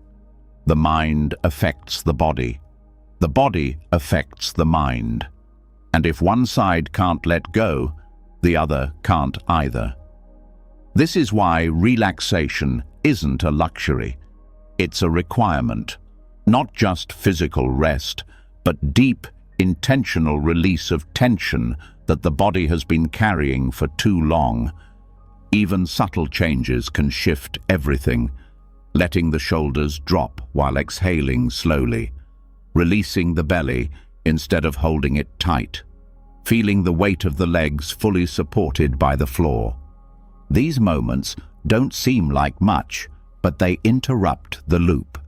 They remind the nervous system that it doesn't have to be on guard, that it's safe now, that thinking can slow because the body is no longer reacting. This is not about controlling the body, it's about coming home to it. Many people live above the neck, completely disconnected from what's happening below. But Buddhist embodiment practice teaches full presence. It teaches you to live in your body with the same attention you give your thoughts. Noticing the temperature of your skin, the heaviness or lightness of your limbs, the rhythm of your heartbeat. These are not distractions, they are anchors, and they bring the mind back to now. There is a concept in somatic mindfulness called interoception, the ability to feel what's happening inside the body. When this sense is developed, the entire experience of thought changes. Because now, each thought has a physical fingerprint. You begin to notice, when I think this way, my body does this. And instead of trying to wrestle with the mind, you work with the body. You calm the system from the inside. Even the breath, the most basic bodily function, becomes a guide. Shallow, rapid breathing usually signals mental agitation. But when the breath deepens, not by force, but by awareness, the mind starts to follow. There's a reason the Buddha returned to the breath again and again. It's not just spiritual, it's biological. The breath is the thread that connects mind and body. And every time you follow it fully, you cross the bridge. You bring both sides into harmony. This is where true release begins, not by analyzing your way out of stress, but by softening into it. By giving the body permission to relax, the mind begins to mirror that softness, not immediately, but reliably. Over time, you train both systems to work together instead of against each other. Some thoughts may never need to be solved.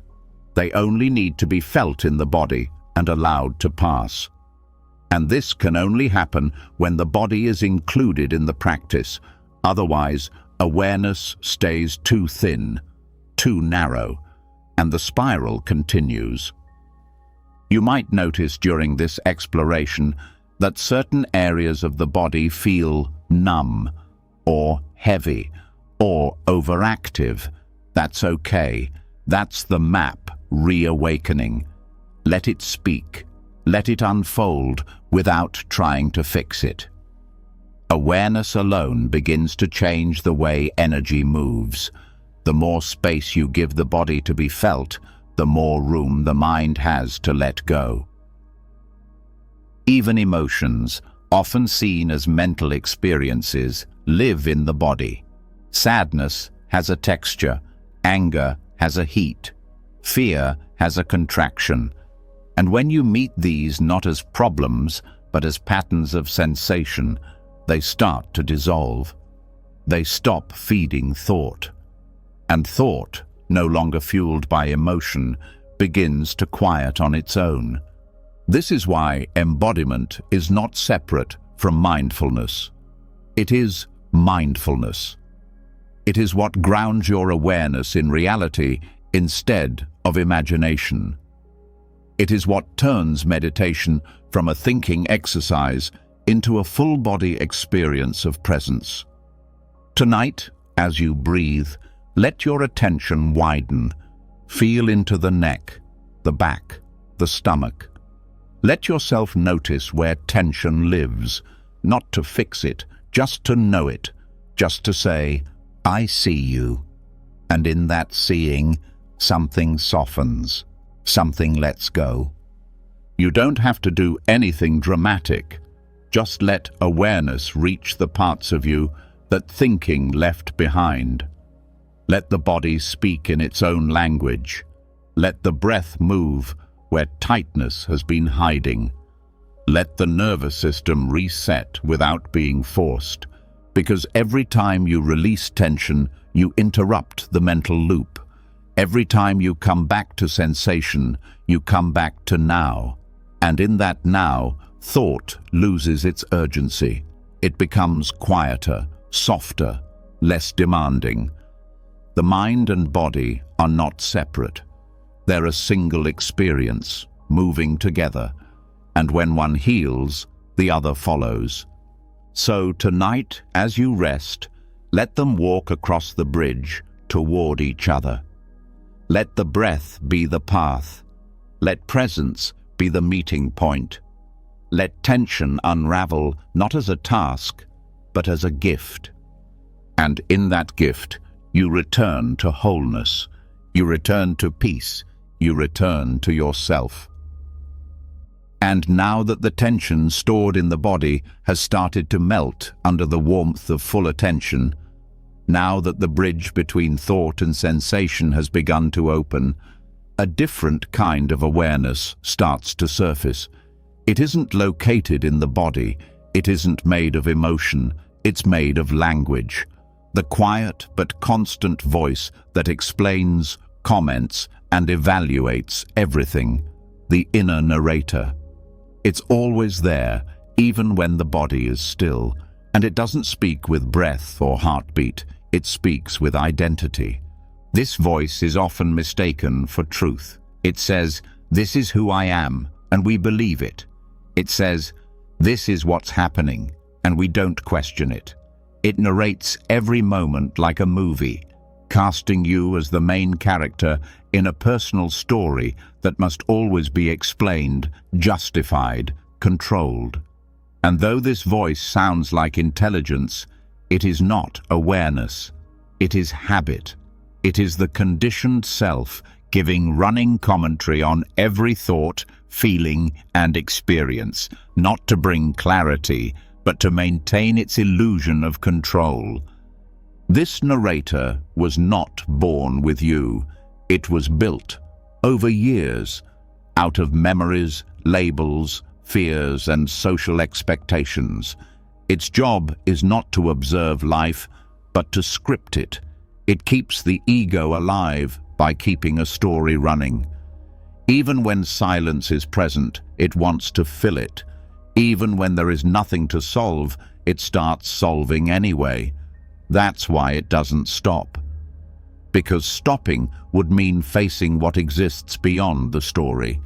And that, for the narrator, is terrifying. In Buddhist thought, this voice is part of the false self, the one made of mental formations. It isn't you, it's the accumulation of conditioned identity, held together by the glue of narration. The more you identify with this voice, the more trapped you feel in its rhythm. The voice judges, it compares, it replays conversations, it imagines future disasters, and it disguises itself as you. So you rarely notice how automatic it is. The first step is not to silence it. The first step is to see it, to hear it without being pulled into it, to realize that it's speaking, but that you don't have to answer. The voice might say, "You should be doing more," but you don't have to move. It might say, "You always mess things up," but you don't have to believe it. You are not the voice. You are the awareness that hears it. When this shift happens, a new kind of silence appears. Not because the narrator is gone, but because it's no longer being followed.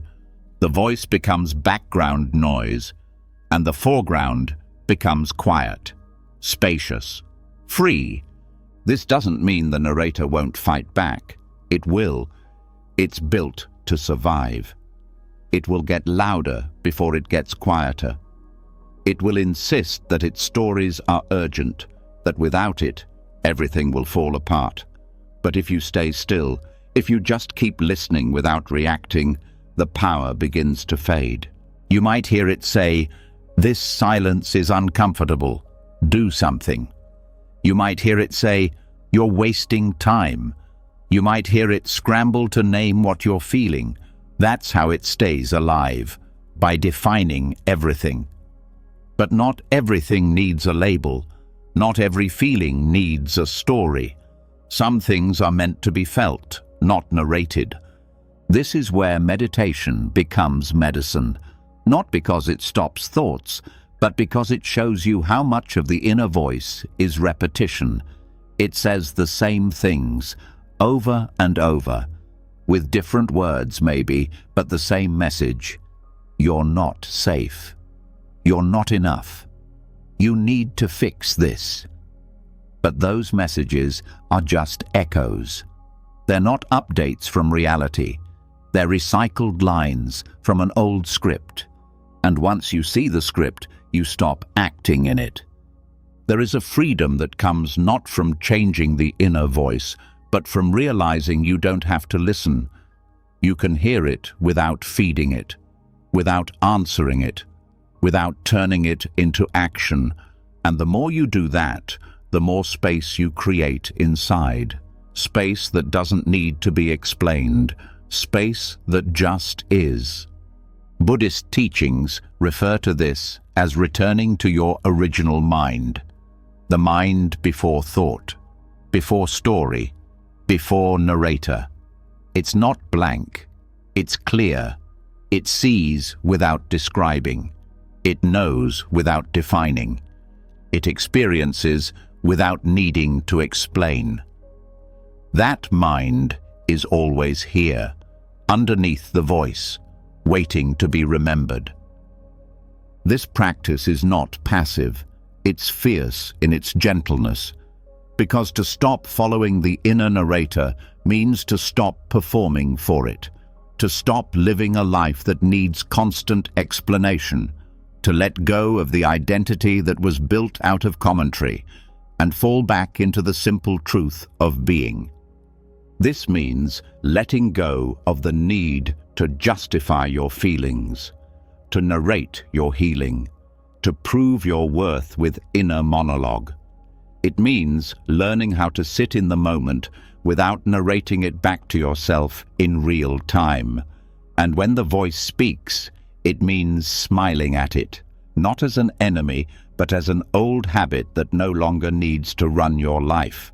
You don't need to kill the narrator. You just need to stop hiring it to tell your story. The less you rely on it, the more natural silence becomes. And in that silence, something else starts to rise. Not a new voice, a new way of knowing, direct, wordless, peaceful. This is what Buddhist insight points toward again and again. Not more thinking, but clearer seeing. Not louder inner dialogue, but deeper inner stillness. The narrator says, "You are this story." Awareness says, "You are what sees the story." And once you see that clearly, you no longer confuse the voice for yourself. This changes everything. Decisions feel less pressured. Emotions feel less tangled. Relationships become more real. because you're no longer experiencing them through commentary. You're present, fully, without needing to explain why. And this is where the real silence begins, not the silence of no sound, the silence of no self-narration. The moment when you stop describing your life to yourself and just live it, moment to moment, breath to breath, without the middleman. Tonight, let the inner voice keep speaking if it must, but don't follow, don't agree, don't resist. Just let it speak into open space, like a radio left on in the corner. You hear it, but you don't engage.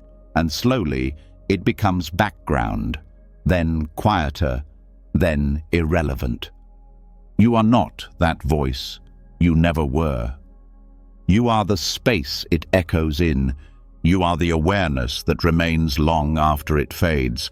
And in that awareness, there is nothing to prove, nothing to fix, nothing to narrate. Only peace, only presence, only what is real.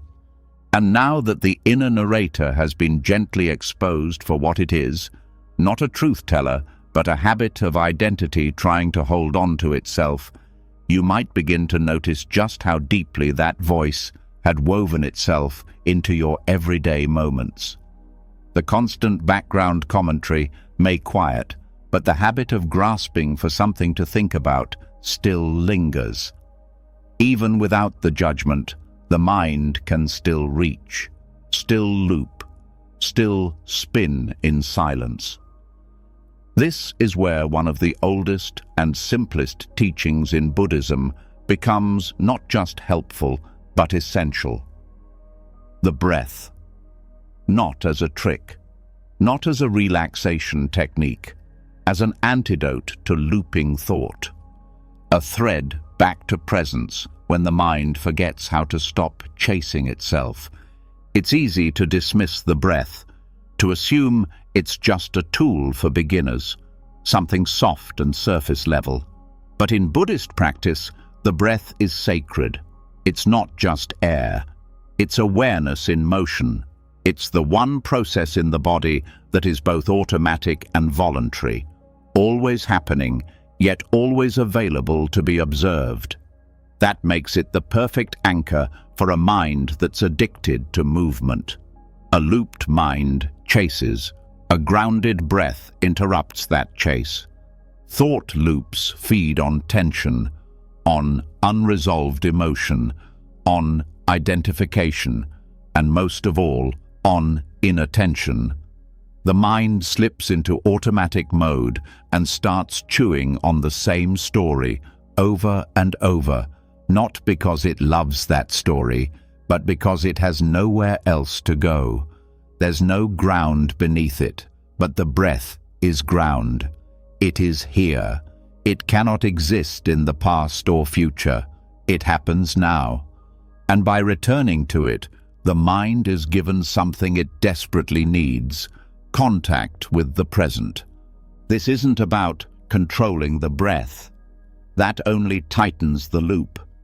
This is about feeling the breath without managing it, following it like a traveler being guided home, feeling its texture, its temperature, its rhythm, the way it enters the body and leaves on its own.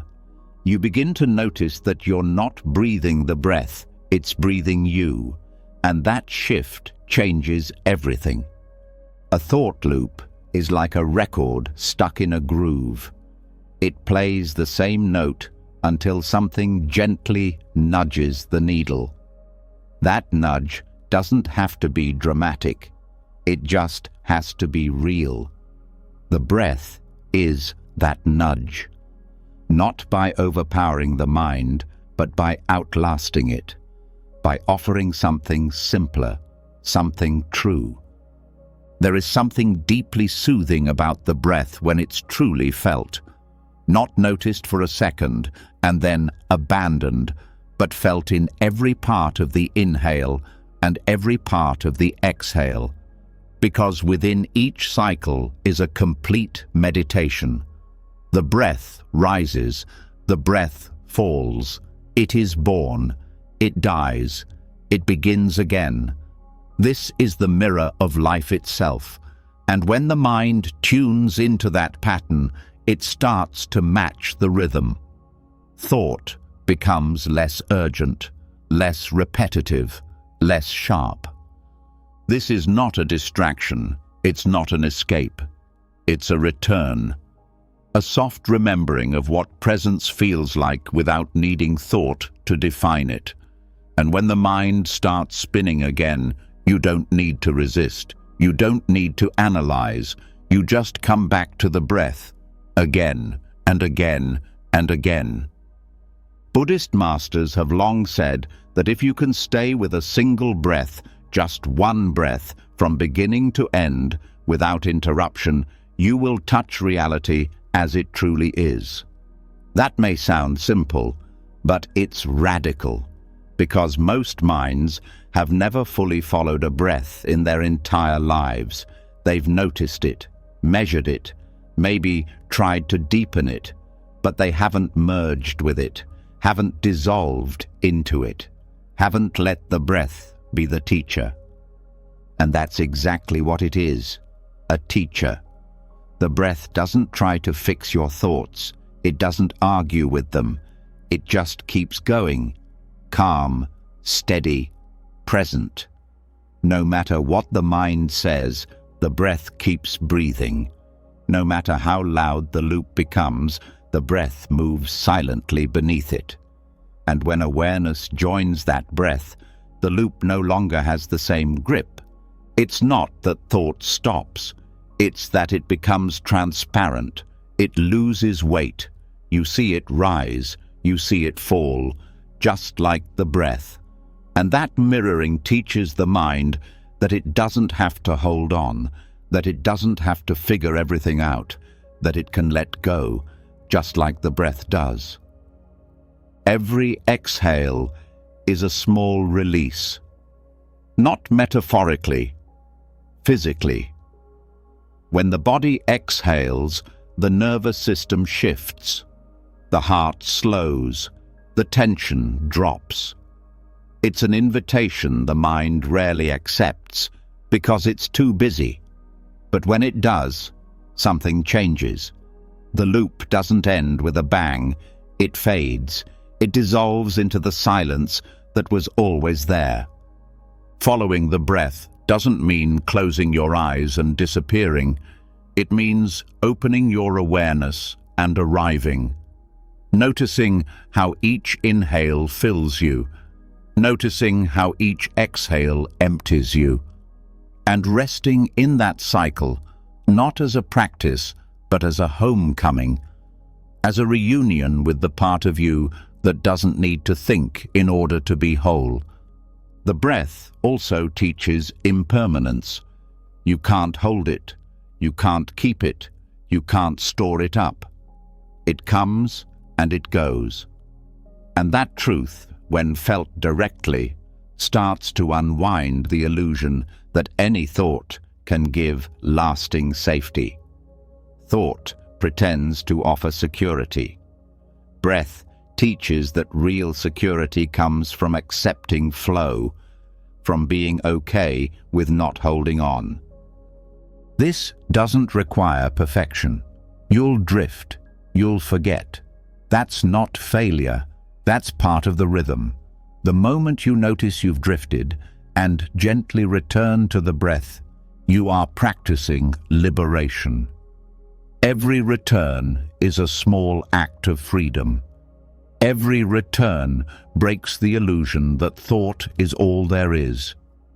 And slowly, the relationship to the mind begins to change. It stops being the center of your experience. It becomes background, like weather, sometimes cloudy, sometimes clear, but always passing.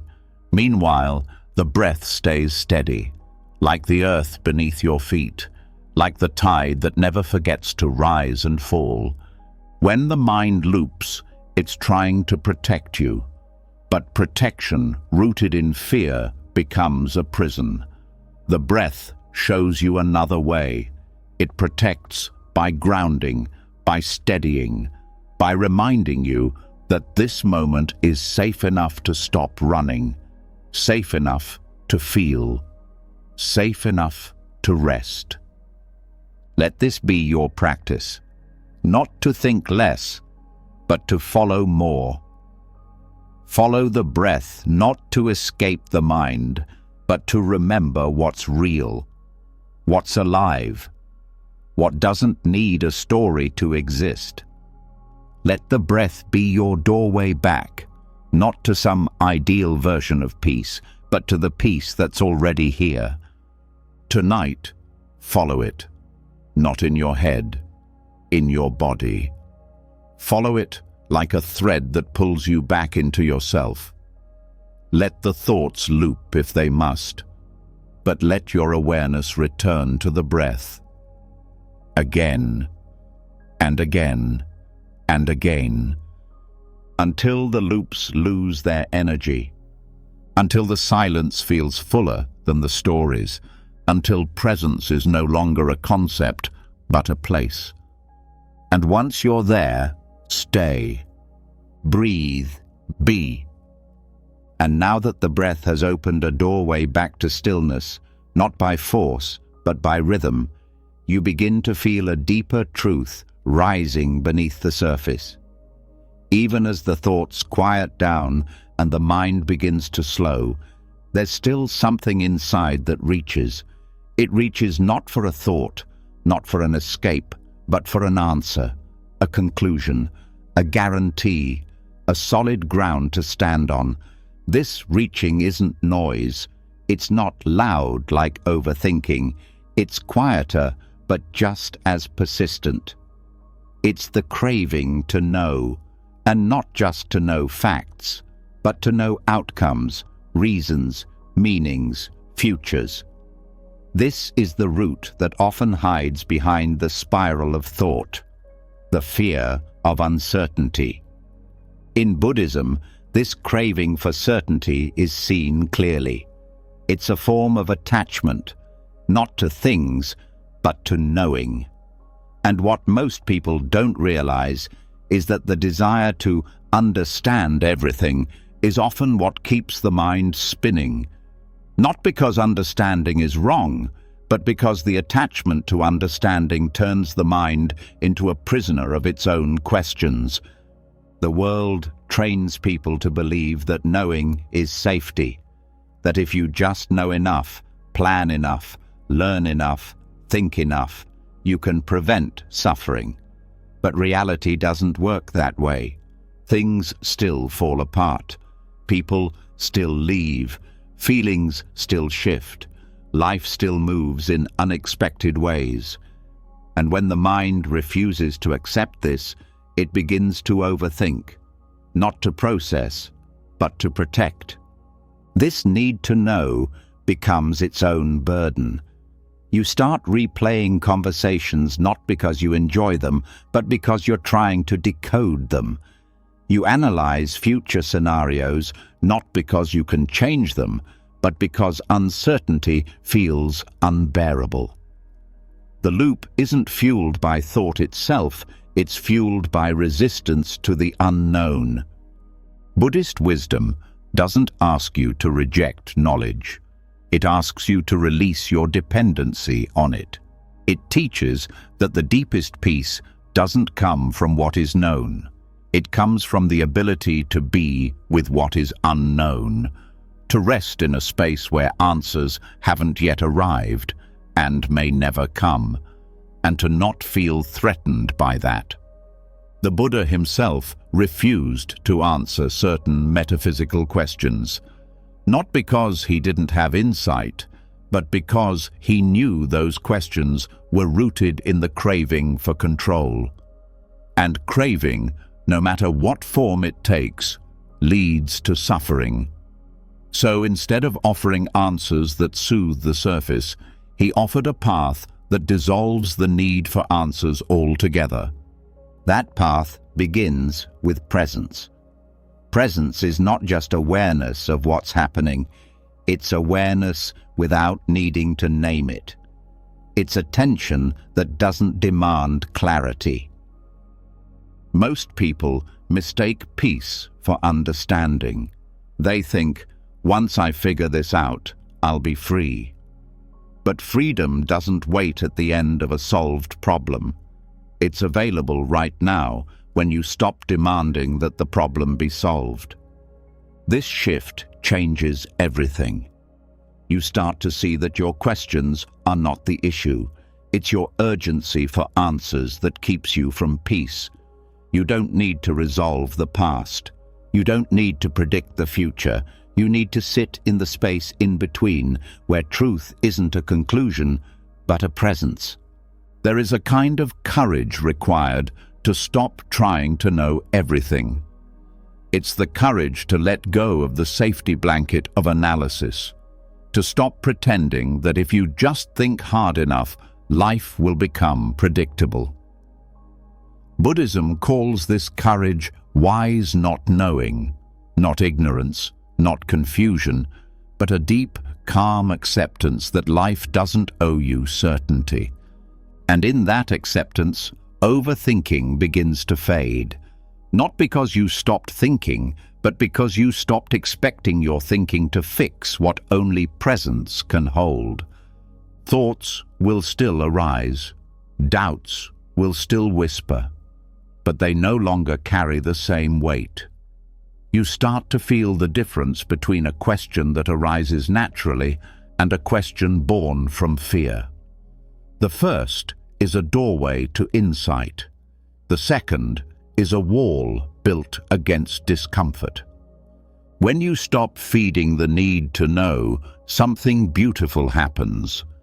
Curiosity returns. Not the anxious curiosity that demands answers, but the open curiosity that explores without clinging. You become a witness to life, not a controller of it.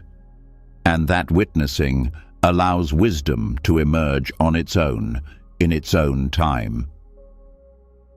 There is a teaching that says, the clear mind does not seek to clarify. It means that clarity is not a product of effort. It's a natural state that arises when effort drops. When the clouds of craving lift, the sky of understanding is already there. You don't need to create peace. You need to stop covering it with questions you were never meant to answer. This is especially important in moments of emotional confusion. When grief comes, when change hits, when someone says something that leaves you unsure, the mind rushes in to interpret, to find meaning, to build a story. But often, that story isn't healing. It's just distraction.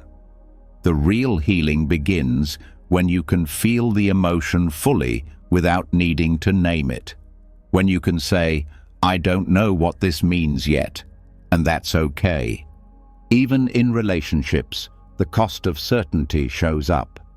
You want to know what someone feels. You want to define what's happening. You want to label the connection, the distance, the silence.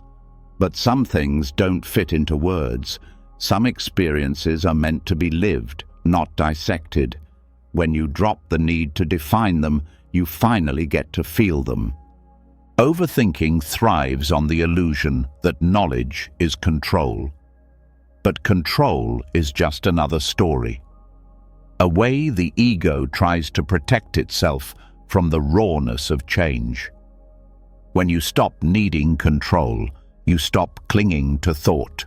You stop building fortresses out of logic.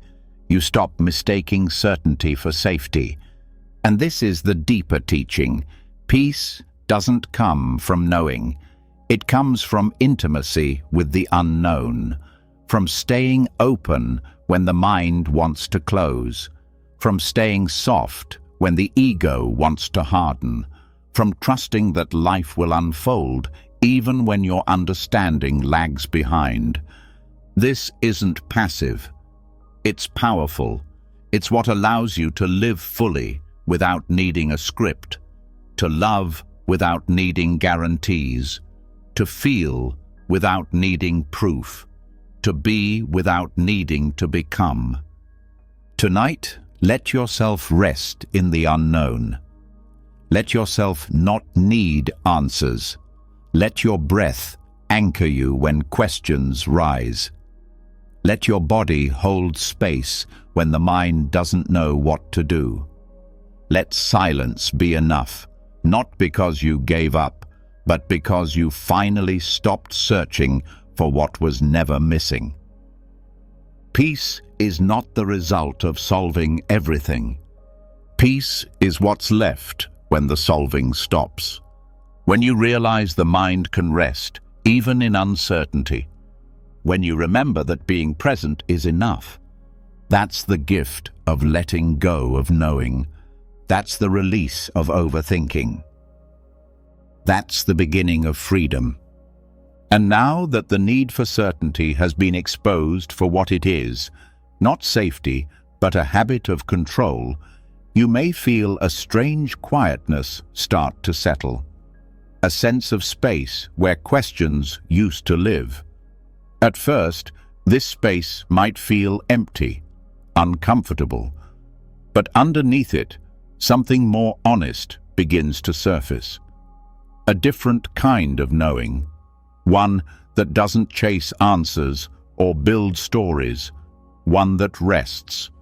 This is where the real journey begins, not into clarity through solving, but into clarity through surrender, into what Zen calls don't know mind, a state that doesn't fear the unknown, but allows it to be sacred. Don't know mind is not confusion. It's not indecision. It's not giving up. It's the opposite. It's a deep willingness to stand in the middle of life without needing to shrink it into a narrative. It's the mind that doesn't grasp, that doesn't rush, that doesn't spin its wheels to escape discomfort. This mind is soft, spacious, receptive, and it is in that receptivity that true wisdom begins to bloom. Overthinking, by contrast, is the result of a mind that's forgotten how to rest. It's always scanning, searching, solving, fearing. It treats uncertainty like an emergency, but not knowing isn't the threat the mind believes it to be. In fact, not knowing is the birthplace of peace. Because in that space where the mind surrenders its effort, something deeper comes alive. When you rest in not knowing, you're not lost. You're just no longer pretending that certainty is possible. You're no longer grasping at the future like a drowning person grabs at driftwood. You're letting the ocean hold you.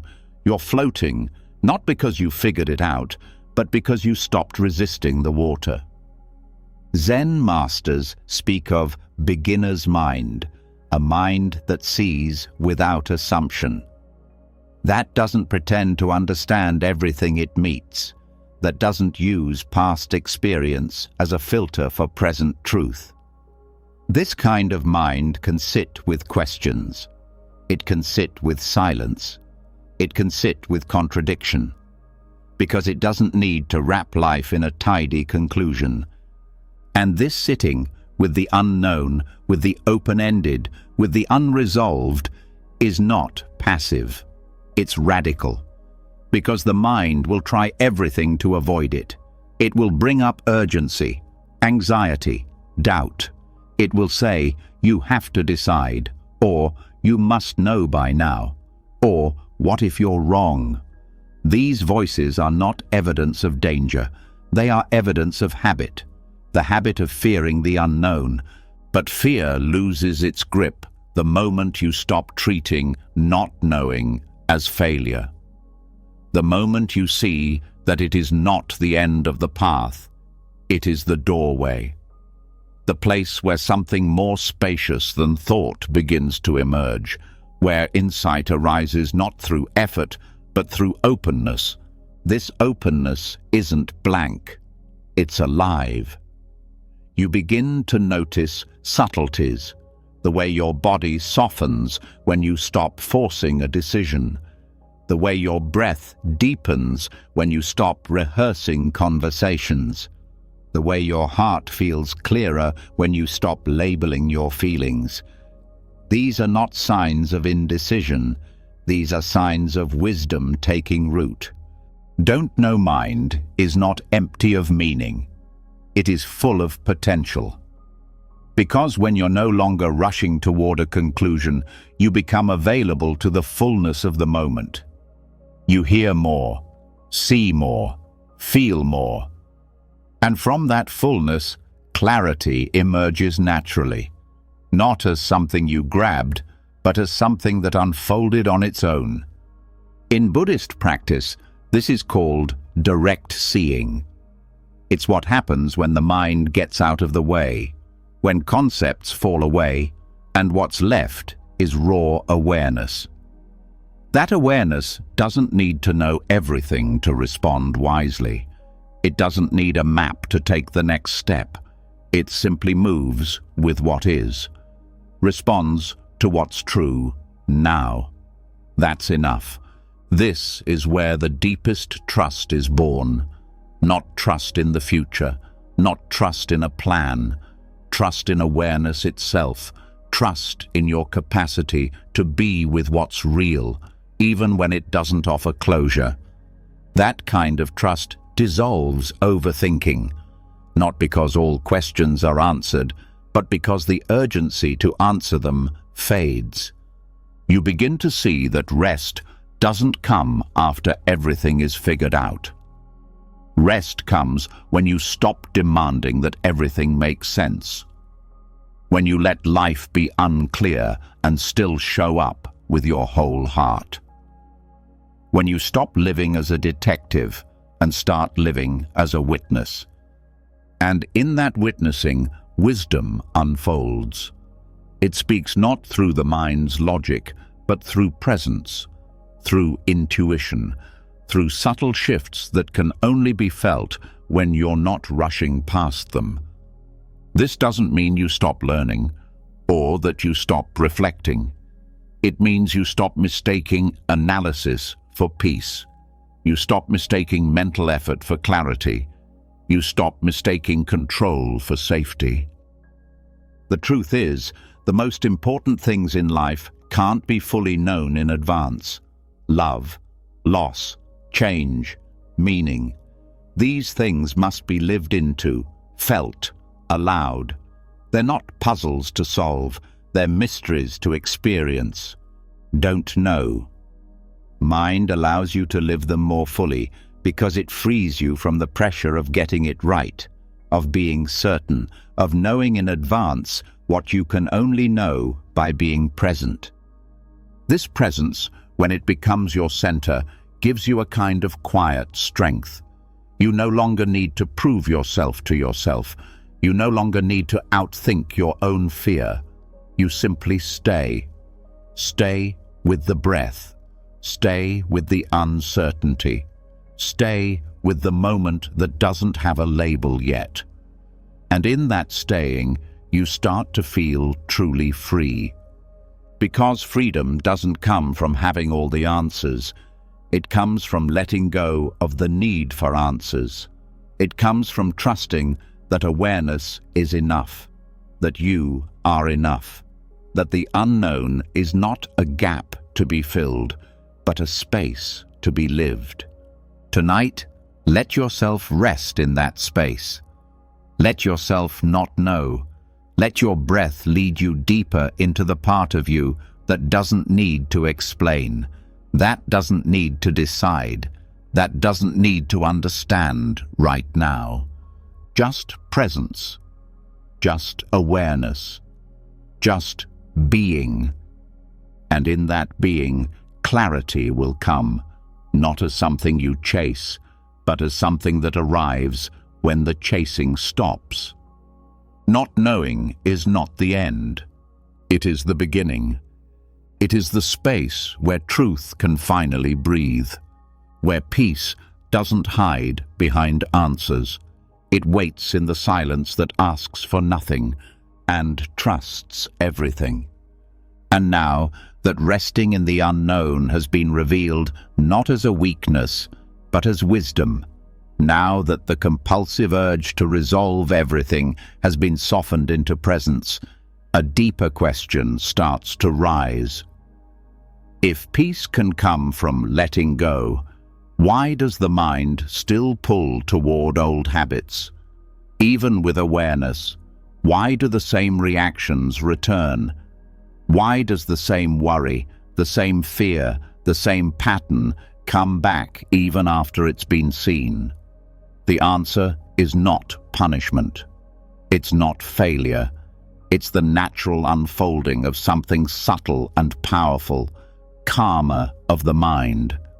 In Buddhism, karma is not some supernatural reward and punishment system.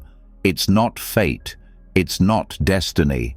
It simply means action, cause and effect, repetition. What you do with your attention, your speech, your thoughts, and your intentions lays down grooves in consciousness. The more you walk a path, the easier it is to keep walking that same way. The deeper the groove becomes, the harder it is to change direction. This is how mental habits become karma. Not just what you think, but how you think. How quickly the mind jumps to conclusions. How easily it spirals into defense. How it moves toward blame, worry, resentment, or self-doubt without being asked. These are not personal flaws. They are patterns. And patterns become ruts when they're not interrupted. Most people don't see these ruts because they've lived in them for so long. The response feels natural, the emotion feels automatic, the thought feels inevitable, but none of it is fixed. The mind is just practiced, and what it practices becomes its path. If the mind constantly practices reactivity, it becomes reactive. If it practices fear, it becomes fearful. Not because it wants to suffer, but because it doesn't know there's another way. Karma of the mind isn't something happening to you. It's something happening through you. And once you see this clearly, something powerful becomes possible. Conscious choice. The ability to interrupt the pattern, not by force, but by awareness. Not by pushing it away, but by choosing not to feed it anymore. This is where freedom begins, not in avoiding old thoughts, but in responding to them differently. When a familiar worry arises, you can pause, breathe, recognize the pattern. Instead of reacting, you witness. Instead of spiraling, you stay. That moment of staying, of doing nothing, is the beginning of new karma, a new groove, a new path that leads away from suffering, not deeper into it. Thoughts will still come, emotions will still rise, but your relationship to them starts to shift. You no longer act on them just because they're loud. You no longer believe them just because they're familiar. You stop rehearsing them, replaying them, reinforcing them, and in that stopping, they begin to dissolve. Buddhism teaches that every moment of mindfulness is stronger than thousands of unconscious reactions, because awareness interrupts the cycle. It doesn't erase the past, but it rewrites the momentum. Every time you notice the pattern and don't feed it, you lay down new karma. Not tomorrow, not after years of practice, now. This is not about perfection. You will forget. You will fall into old habits. That's okay. The power is not in never falling, it's in returning, in seeing more quickly, in recovering awareness sooner. That recovery is what transforms old karma into new possibility. And the more you practice this, the more sensitive you become to the small spaces where suffering starts. You catch the first hint of tension in the body, the first flicker of judgment in the mind, the first tight breath before a reaction. These are the seeds. Most people miss them. They only notice suffering when it's fully grown. But with practice, you begin to feel it in its earliest form. And in that early noticing, you get to choose something else. This is why mindfulness is not just relaxation, it's revolution. Because it changes where your life is being shaped. Not on the outside, but in the moment you decide whether or not to follow a thought, whether or not to believe a story, whether or not to add one more layer to the same reaction you've played 1,000 times. Old thought patterns don't go away just because you want them to. They go away when they're no longer useful, when they no longer serve a purpose. And they stop being useful when you stop using them to manage discomfort, when you stop using them to avoid presence, when you stop using them to reinforce an identity that is ready to fall apart.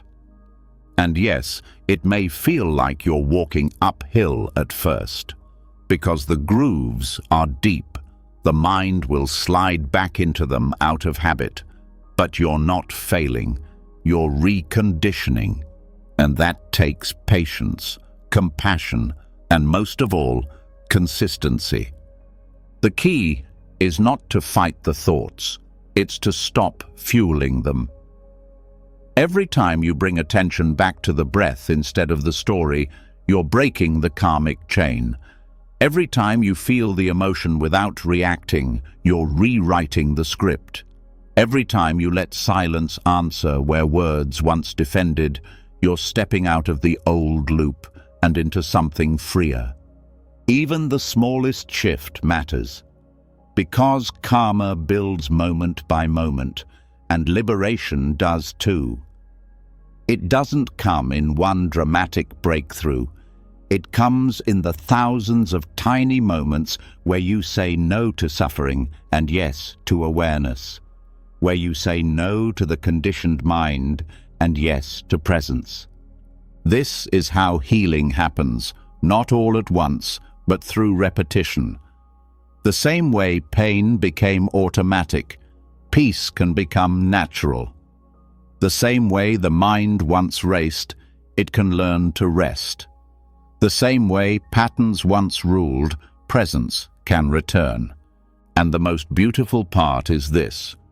You don't have to wait. You don't need to be more advanced. You don't need to be perfect.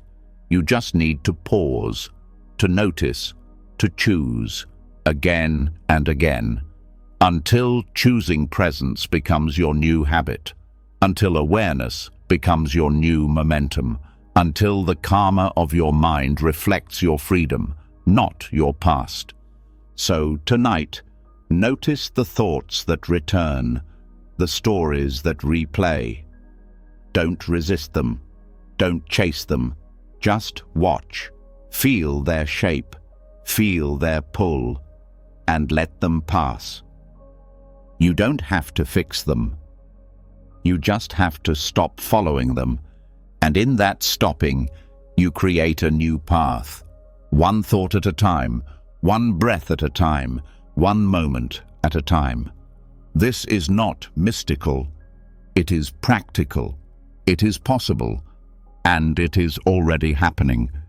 And now that the grooves of mental karma have been brought into view, not with shame, but with awareness, you start to see just how deeply some thought patterns have carved themselves into your inner world. Not only as habits, not only as familiar reactions, but as something more painful, more hidden, more personal. Beneath the repetition, beneath the speed, beneath the urgency, there's a subtle form of harm, a quiet attack happening from within. Overthinking isn't just exhausting. It can be a way the mind turns on itself, Not with violence the world can see, but with loops that wound from the inside out. This isn't always obvious, because overthinking often looks responsible, careful, analytical. It wears the mask of being thoughtful, prepared, even wise. But beneath the surface, there's a cost. When thinking no longer clarifies but shames, when it no longer helps but punishes, it becomes something else entirely. It becomes a cycle of inner aggression. Not because you're cruel, but because you're hurting. Buddhist practice invites us to look at this clearly, not to judge it, but to understand it. Chronic thinking, when left unchecked, can become a form of self-rejection, a loop that says, "You should have done more. You shouldn't have said that. You can't rest yet. You're not enough." These thoughts may sound like problem-solving, but what they're really doing is reinforcing a belief that you're not allowed to just be, that you must always be fixing, analyzing, reviewing, repairing something about yourself. And that belief creates pain. Quiet, hidden pain. The kind that doesn't leave bruises, but leaves you exhausted, disconnected, unable to trust stillness. Because stillness, to the overthinking mind, feels dangerous. It feels like failure. It feels like vulnerability. But it's not. Stillness is where healing begins. And to reach that stillness, you must first see how the mind may be punishing itself through thinking, how it may be using analysis to avoid feeling, how it may be replaying the past not to understand it, but to relive the shame. And that recognition isn't meant to create guilt, it's meant to create space. Space to meet the suffering underneath the spiral with something completely different. Compassion. Not the soft, vague idea of compassion, but direct, embodied compassion. The kind that sees the loop and says, "You don't need to do this to yourself anymore." The kind that sees a racing thought and responds with breath. The kind that sees the urge to over-process and gently asks, "What are you afraid of feeling right now?" Because at the heart of overthinking is fear. And often that fear was learned. At some point, the nervous system decided that thinking was safer than feeling, that predicting pain was safer than being surprised by it, that explaining everything was safer than being misunderstood. These were survival strategies, not flaws, not weakness, but they stayed too long, and now they cause harm. Buddhist wisdom teaches that suffering often continues long after the original pain is gone, not because life is cruel, but because the mind keeps repeating the wound. It circles around it. It examines it. It replays it. And this circling creates new suffering, not because you deserve to suffer, but because the mind doesn't know how to stop. That's why the path forward isn't critique. It's kindness. Deep, steady, unshakable kindness. Because overthinking can't be solved with more thinking. It has to be met with presence, with softness, with the willingness to feel what the mind has been trying to outrun. This begins with noticing the tone of your inner voice, not just what it says, but how it says it. Is there pressure, judgment, panic? Is there blame disguised as logic? Is there urgency when none is needed? These are signs, not of failure, but of pain trying to protect itself. And when you start to notice that tone, you can begin to change the relationship. Instead of reacting to the thought, you respond to the wound underneath it. The thought might say, you messed up again. But the wound says, I'm scared to be unworthy.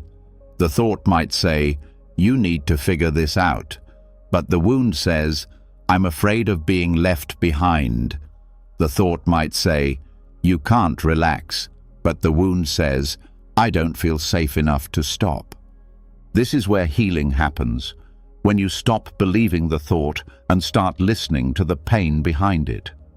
When you stop spiraling and start soothing, not with explanations, but with presence, with breath, with stillness.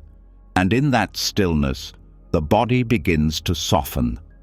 The nervous system begins to trust. The spiral begins to slow, not because the problems are solved, but because the war inside is ending. The mind is no longer turning on itself.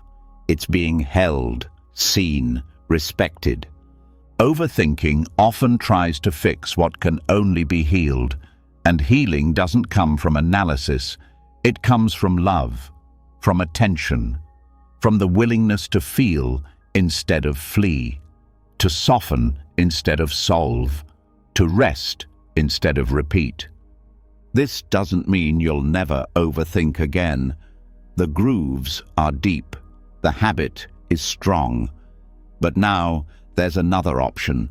There's a pause, a breath, a new way of relating to the mind. And that new way grows stronger every time you choose compassion over critique. You begin to notice sooner. You begin to soften faster. You begin to stop spirals before they start. And when you don't, when the spiral runs anyway, you meet it with kindness, not shame. You say, this is the part of me that's scared. This is the part of me that learned to think as a way to feel safe. And I'm here now. I see it. I won't abandon it. That's the voice the mind has been waiting for. Not one that fixes, one that stays, one that doesn't turn away just because the thoughts are dark or messy, one that says, I love you even here, even now, even like this. And that kind of voice, that kind of presence, starts to heal what overthinking has been covering. It reaches the root, the grief, the shame, the unmet need, and it meets it not with analysis, but with care, not with solving, but with stillness. So tonight, as thoughts come, notice their tone, notice their urgency, and ask yourself, what is this thought trying to protect me from feeling? Don't rush to answer. Just stay, just listen, just breathe. Because maybe the overthinking isn't the problem.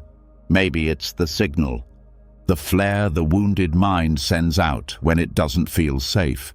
And maybe now, with awareness and love, you can answer that signal differently.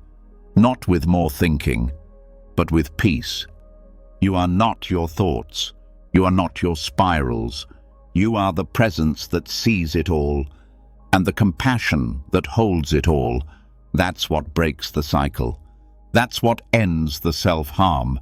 Not perfection, not silence, but love. And now that the loops of overthinking have been revealed not just as habits, but as subtle forms of self-harm, now that you've seen how mental spirals can be acts of inner violence disguised as problem-solving, something softer begins to awaken, a new kind of seeing, not through effort, not through control, but through clarity. Because once the mind stops attacking itself, it becomes possible to watch it, not manage it, not manipulate it, just observe. And this observation, gentle, steady, non-reactive, is where deep freedom begins. This is the heart of Vipassana, insight into the truth that thoughts are not permanent. They are not personal. They are not solid.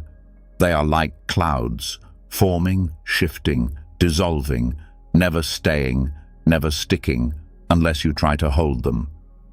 Vipassana means to see clearly. It's not about changing thoughts. It's not about controlling the mind. It's about watching thought as it is, watching without becoming it, feeling the movement of the mind without needing to stop it. And in this watching, something begins to change, not the thought, but the way you relate to it. You stop grasping, you stop resisting, and in that space, thought loses its weight. The mind is used to attaching to every thought that arises. This is important. This is me. This is truth.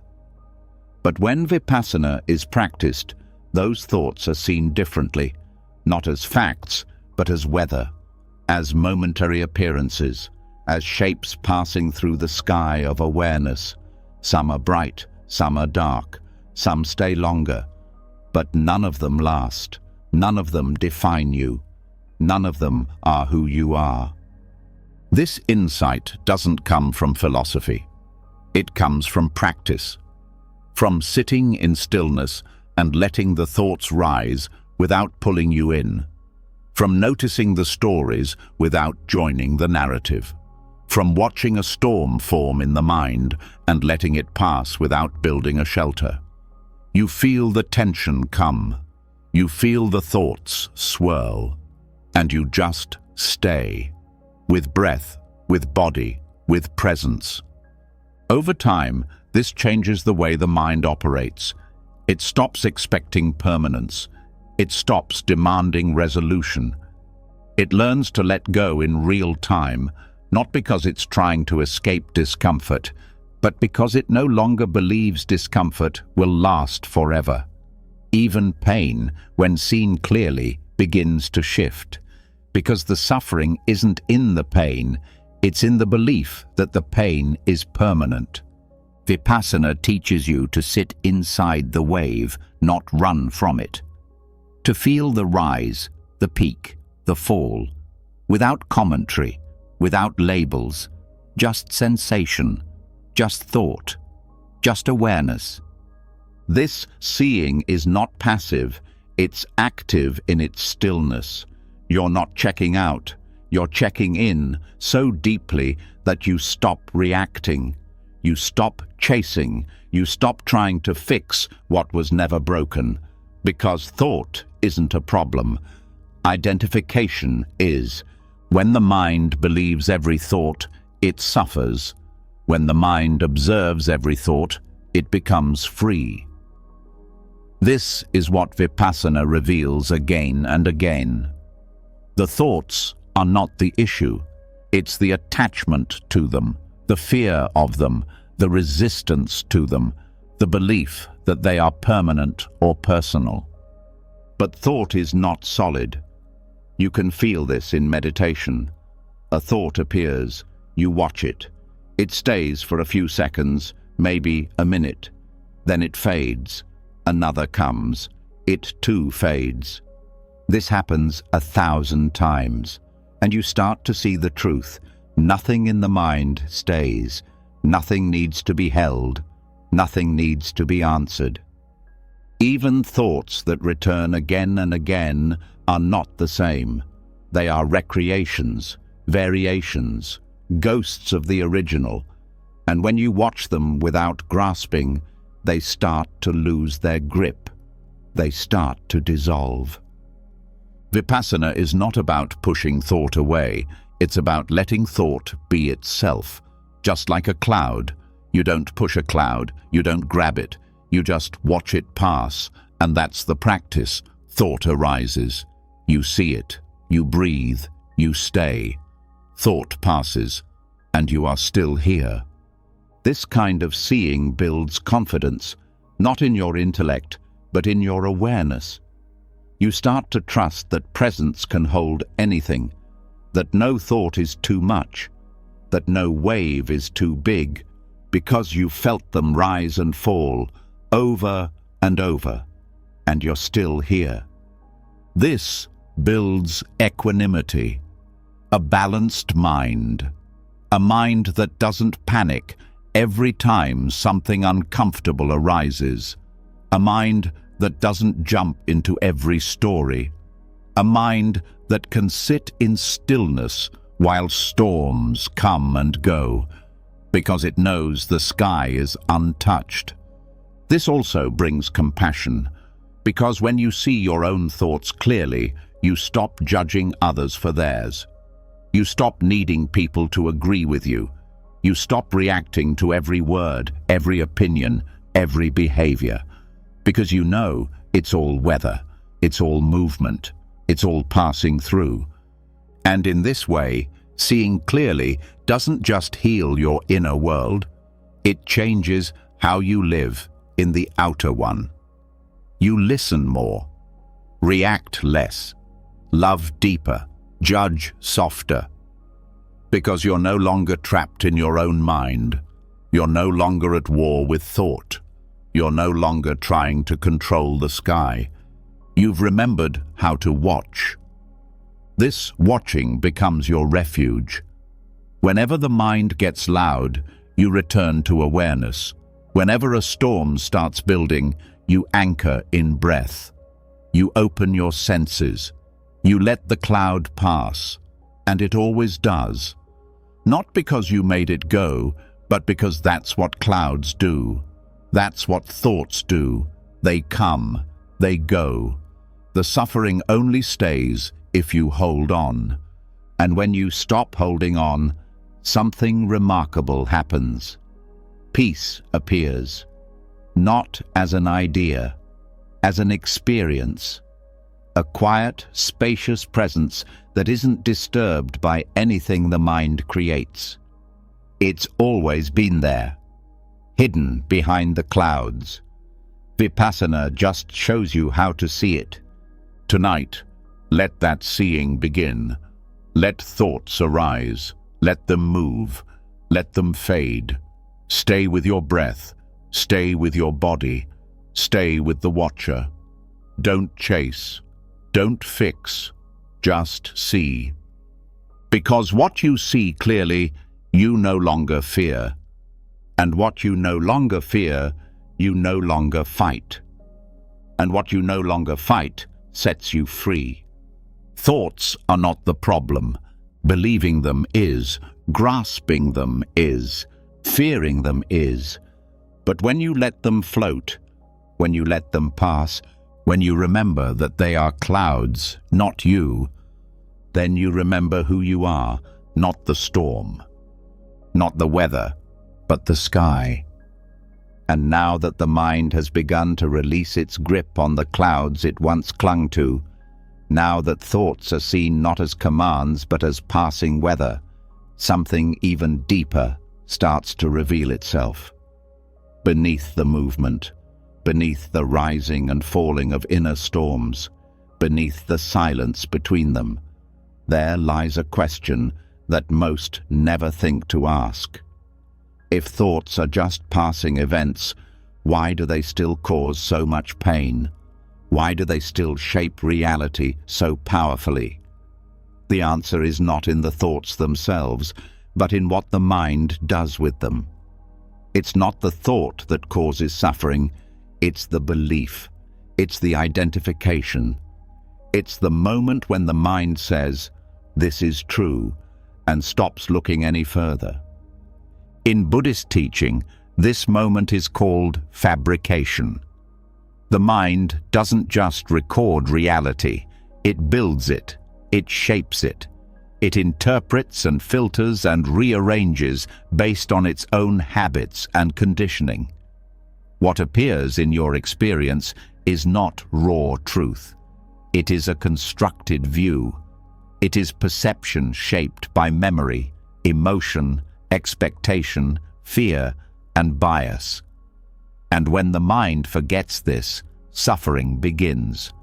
Not because reality is painful, but because the version of reality the mind has created becomes a trap. This is the core of mental suffering, mistaking thought for truth, mistaking a passing narrative for fact. A thought arises, "They don't care about me. I'll never succeed." This always happens to me. And instead of seeing it as a mental event, the mind grabs hold. It builds a story. It attaches emotion. And suddenly, it's no longer a thought. It's a world. This process happens fast. So fast, it feels automatic. But it can be seen. And when it's seen clearly, it can be interrupted. Not by force, not by arguing with the thought, but by remembering that the thought is not the problem. The belief is. The unquestioned acceptance is. The moment of forgetting that this is not reality, it's a lens. The mind is not trying to deceive you on purpose. It's doing what it was trained to do. From early life, the brain learns to create patterns, fill in gaps, draw conclusions. That's how it keeps you safe. But the same mechanism that helped you avoid danger can also become the reason you stay stuck. Because the mind doesn't know how to distinguish between a useful pattern and a painful one unless awareness steps in. This is where the Buddhist path offers something radical. It doesn't tell you to replace bad thoughts with good ones. It doesn't tell you to build better beliefs. It tells you to see clearly, to recognize that what you're calling truth might just be repetition, that what you're calling who I am might just be a collection of mental habits. Seeing this requires humility, the willingness to say, maybe I don't know what I thought I knew, not just about the world, but about yourself, about others, about the future. It means loosening the grip on the stories you've used to explain your life. It means turning toward each thought and asking, is this true or just familiar? The practice begins in stillness. When a thought arises, pause, feel it, look at it. Where does it come from? Does it have a shape in the body? Does it carry emotion? Does it sound like an old voice you've heard before? And most importantly, is it trying to protect you or punish you? This question matters because many beliefs are not supportive. They are inherited, conditioned, internalized voices from the past, teachers, parents, peers, repeating judgments that were never yours to begin with. And yet, the mind repeats them because repetition feels safe. Familiarity feels like truth. But they are not the same. Thoughts are not inherently harmful. But when they are believed without question, they become chains. Beliefs form identities, and identities, once solidified, resist all change. You start defending the very thoughts that are keeping you stuck. You cling to the pain because it feels like who you are. Buddhism invites a different path, not to fight the thoughts, but to look at them with curiosity, to create a small sacred space between the thought and the belief.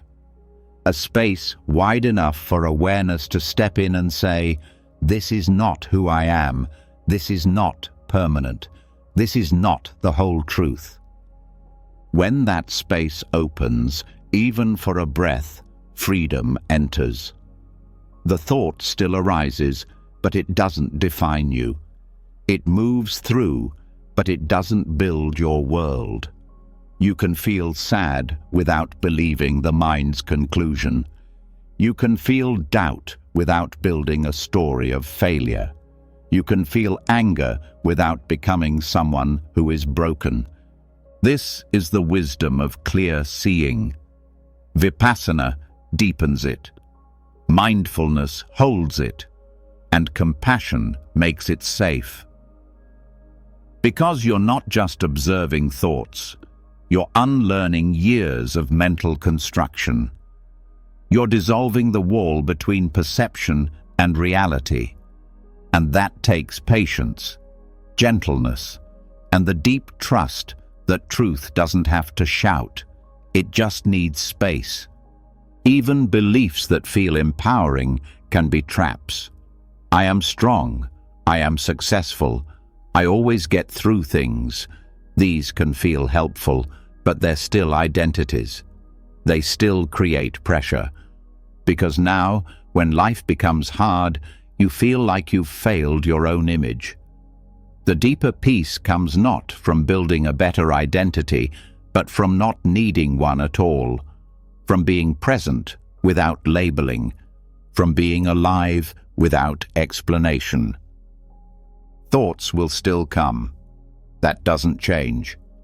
But your relationship to them becomes soft, spacious. You listen without obeying. You notice without collapsing. You stop defending what no longer serves you. And in that, the mind starts to feel less like a battleground and more like a river. Moving, but not dangerous. Alive, but not in charge. This is what it means to be free. Not to never think, but to no longer be ruled by thought. Not to avoid stories, but to see them for what they are. Clouds passing through sky. Echoes, not commandments. Possibilities, not prisons. So tonight, as thoughts appear, let them. Don't force them to go. Don't follow them into story. Just notice. Feel the space between the thought and the belief, and breathe into that space. This is where freedom begins. Not in silence, not in control, but in remembering that every thought is optional, every belief is a choice, and reality does not need your mind's permission to be at peace. You can watch thought rise and not ride it. You can feel thought burn and not believe it. You are not what your mind tells you. You are the one who sees, and the seeing is enough. And now that the veil over thoughts has begun to lift, now that the illusion of belief has been softened by direct seeing, what once felt like a mental battlefield begins to feel quieter, not silent, not blank, but lighter. Thought still arises, but it doesn't stick. Stories still form, but they don't take over. And here, in this gentle quiet, the mind meets something it isn't used to, a space it doesn't know how to describe, a presence that doesn't explain itself. It is not numbness, it is not dullness, it is emptiness, not as absence, but as clarity. And this emptiness is not something to fear, it is something to practice. In Buddhist teaching, emptiness, called shunyata, is often misunderstood. People hear the word and assume it means void, blankness, a life without meaning. But that's not what emptiness is. Emptiness is not a lack. It's a space so vast that nothing can be trapped. It's a mind so open that no single thought can define it. And this is where mental freedom begins, not in knowing more, not in thinking better, but in experiencing emptiness as a skill. The skill of emptiness is not about emptying your mind of thoughts. That would be impossible.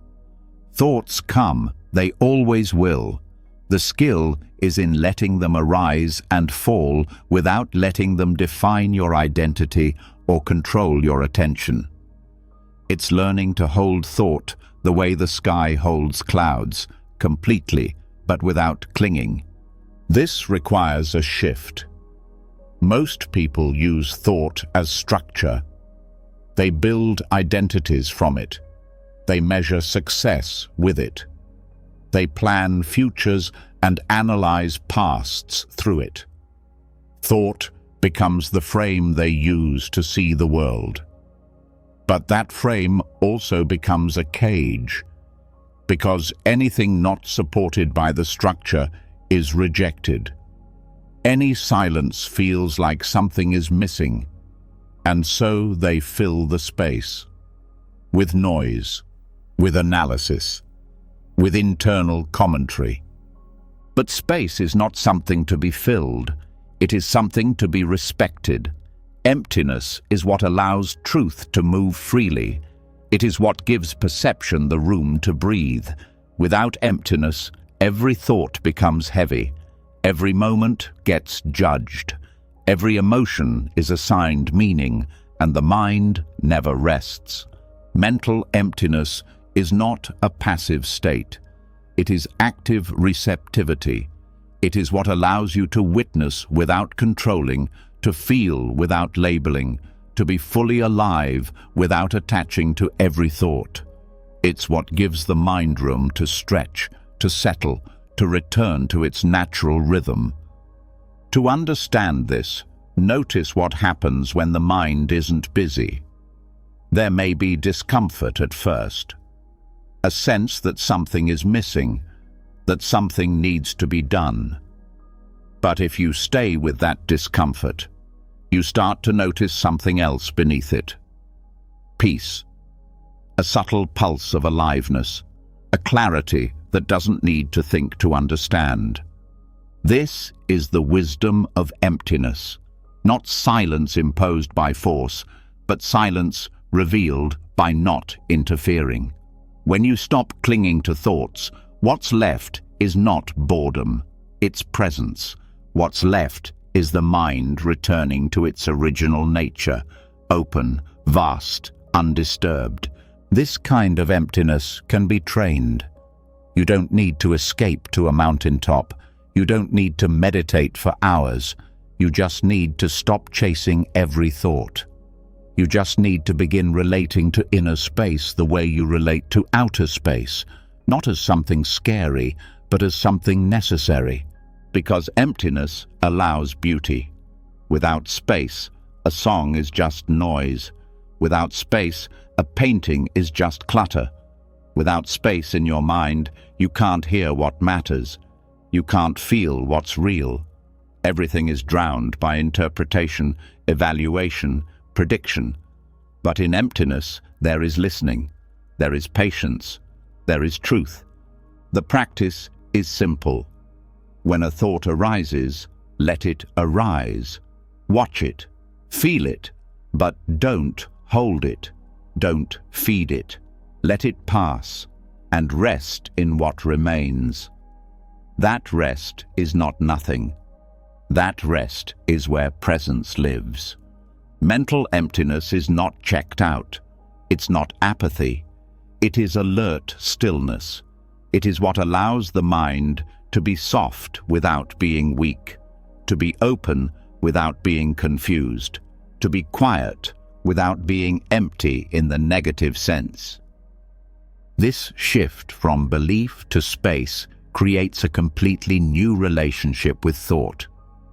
You stop trying to control the mind. You stop fearing what it might say.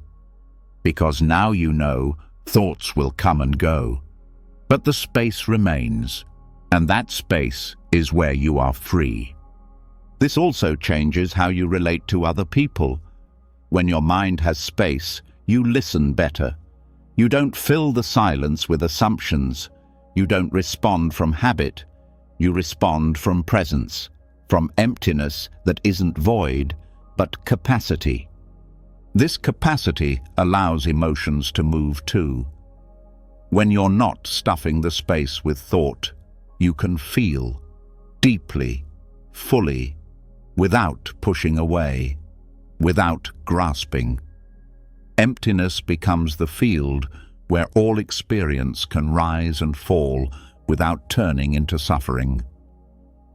In meditation, this is where the deepest insights come, not during the thinking, but during the gaps, the moment after an exhale, the pause between thoughts, the stillness that isn't waiting for the next thing, but is complete as it is. You start to realize that the spacious mind is the wise mind, not because it has more knowledge, but because it has less clutter, less noise, less conditioning. In that space, compassion rises naturally, so does clarity, and ease. This doesn't mean you live without thought. It means thought no longer fills every inch of awareness. It means you have choice. You can use thought when needed, and you can rest in space when it's not. The more you practice, the more this becomes natural. You speak with less rush, you move with less tension, you think with more precision, because your thoughts aren't trying to cover silence, they're supported by it. This is the skill of emptiness. It's not about stopping life, it's about making space for it.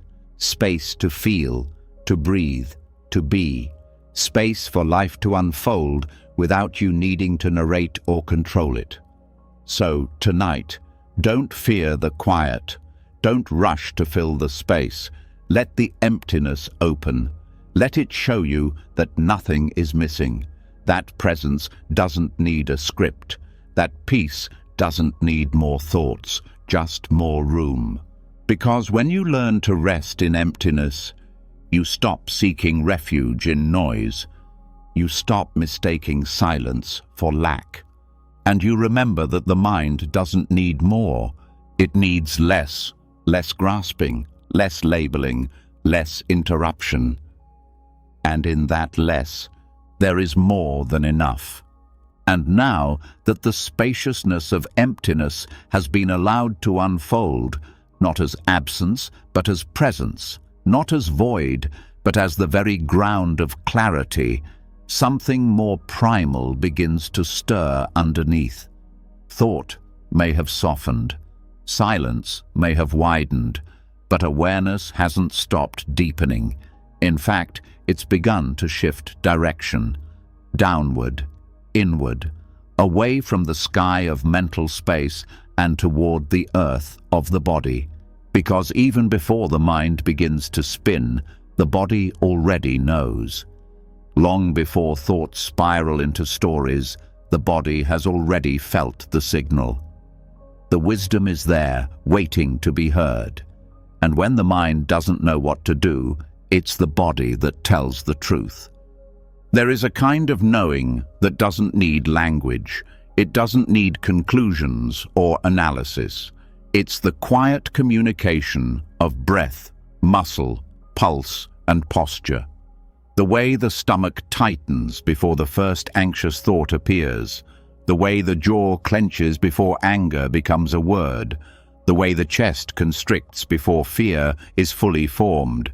This is not random. It's not coincidence. It's intelligence, not the mind's intelligence, but the body's. In Buddhist practice, this body-based wisdom is essential. It grounds presence in something real, something undeniable, because thoughts can lie. They can fabricate, distract, or distort. But the body doesn't lie. It responds, it reflects, it reveals, and when awareness returns to the body, thinking loses its compulsive hold. This isn't about rejecting thought, it's about remembering what comes before it. When uncertainty arises, the mind often rushes to explain, to organize, to find safety through understanding. But understanding that isn't rooted in sensation becomes disconnection. You get lost in the clouds again, and forget that the ground is still beneath you. The body is the ground, and mindfulness of the body is the return path. You return by noticing where the breath stops short, where the shoulders lift, where the hands curl. You return by scanning slowly, not to fix, but to feel. And in that feeling, thought becomes less urgent, because the body is speaking a language far older than words. And that language says, you are already here. Each moment you pause to feel your feet on the floor, your spine upright, your chest expanding with breath, you interrupt the loop. You interrupt the spiral of imagined futures and replayed pasts, because the body is always now, It can't be anywhere else. And when you return to it, the mind begins to follow. This is especially important when the mind becomes overwhelmed. Obsessive thinking is often a trauma response, a learned strategy for avoiding discomfort. But the body holds what the mind avoids. It stores the residue of what hasn't been processed, the tension of what wasn't allowed, the heaviness of what was never named. And when that residue is ignored, it leaks into thought. It turns into worry, rumination, repetition. But when it's felt, directly, gently, without judgment, it begins to release, and thought no longer needs to do its frantic work. This doesn't require a technique, just attention. Attention that is patient, curious, slow. You don't have to interpret the body. You don't have to understand every sensation.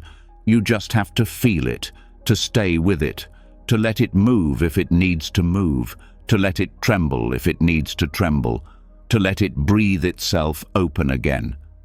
When you train yourself to feel before you think, something changes. A space opens between the trigger and the spiral, between the uncertainty and the reaction. That space is the beginning of wisdom, not because it solves the problem, but because it reminds you that you don't have to react.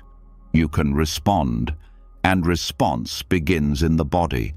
You begin to notice your own signals, the early whispers of contraction, the subtle signs of overwhelm, and instead of powering through, you pause, you breathe, you listen. That pause is not avoidance, it's presence.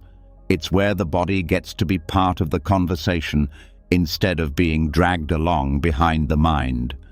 And the more you do this, the more the body becomes your anchor. You no longer need to chase mental clarity in every moment. You begin to trust your sensations. You begin to move from intuition, not just logic, from grounded awareness, not just reactive thought. This is not spiritual fluff. It's biological truth. The nervous system speaks through sensation. It tells you when you're safe, when you're overloaded, when you need to slow down, when you're pushing past your own limits. And if you ignore those messages, the mind will compensate. It will try to solve what the body simply needed you to feel. This is why so many people stay stuck in overthinking. They're trying to solve a feeling with thought. They're trying to explain a contraction instead of softening into it. But the body doesn't want an explanation. It wants your presence. It wants your breath. It wants your willingness to stay without trying to fix it. This becomes a new form of mindfulness. Not just watching the mind, but inhabiting the body. Not just labeling thoughts, but sensing energy, temperature, texture, pressure, vibration, noticing what arises and what fades, without judgment, without resistance. Even movement becomes a form of mindfulness. Walking slowly, stretching gently, feeling the rhythm of motion as a way to reset the nervous system, letting physicality become meditation. Because sometimes stillness isn't what the body needs. Sometimes it needs to be felt in motion, to complete a pattern, to release a loop, to come home again. This is not a one-time shift, it's a lifelong practice. The mind will always try to lead, but the body will always know. And the more you listen, the more you trust. You stop needing perfect thoughts. You stop needing certainty, because you're anchored in something deeper, more honest, more whole. So tonight, when the mind begins to stir, feel the body. Before the thought, before the story, before the worry. Feel the feet, feel the breath, feel the chest rising and falling. Let the ground hold you. Let sensation speak. Let presence return. Because the body was never separate. It was just waiting to be heard. It was waiting to remind you that you are already here, already whole, already home. And now that the body has begun to speak in its own language, now that awareness has returned to the rhythm beneath thought, it becomes easier to see what the mind was trying to protect all along. Not just comfort, not just clarity, but something much more fragile, the self. That sense of I that has always been there, quietly claiming everything. My fear, my future, my sadness, my success. That voice beneath the voice saying, "This is who I am." But what if that voice is the very root of the storm? What if the self that clings so tightly is the one feeding the endless spin of overthinking? Buddhist insight invites a radical shift. It doesn't try to strengthen the self. It questions whether the self exists the way we assume. It doesn't say you are broken. It says you are misidentified, that what you're calling me may just be a bundle of habits, stories, fears, and memories trying to hold themselves together.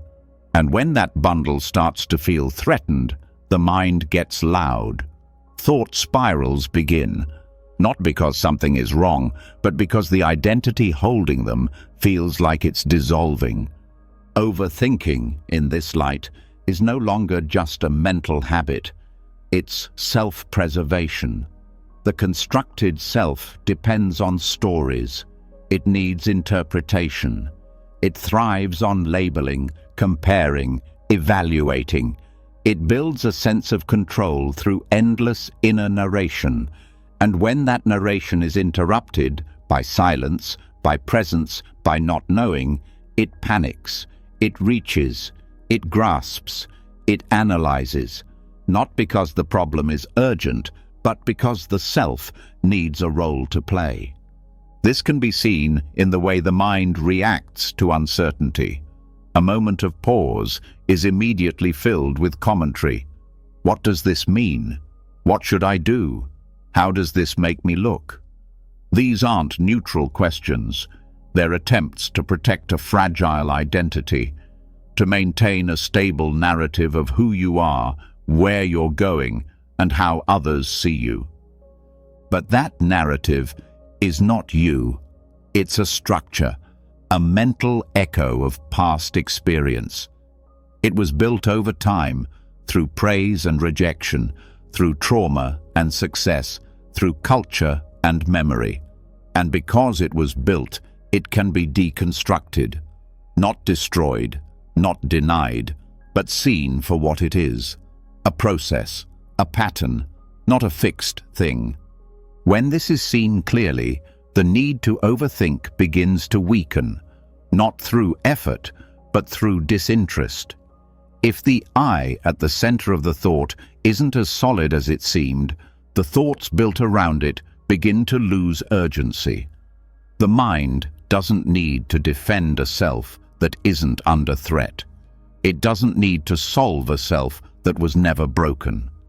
This insight doesn't require deep philosophy. It just requires observation. Watch how thought says I and then builds a whole world around it. I feel rejected. I need to prove myself. I can't fail. But what is this I? Where is it? Is it in the body, the mind, the voice, the memory? Can you find it directly? Or is it always inferred, always assumed, never clearly seen? This is not abstract. This is practical. Every time you get caught in thought, pause and ask, who is thinking this? Is this a habit, a reaction, a voice from the past? And what happens when I stop feeding it? You'll begin to notice that the thoughts don't go away, but they don't have the same grip, because the one they were protecting starts to dissolve, and in that dissolution, A new kind of freedom opens up. A life that doesn't have to revolve around defending or perfecting a story of self. A mind that can rest in presence without needing to explain everything. This doesn't mean you lose your identity. It means identity becomes softer, more fluid, less of a prison.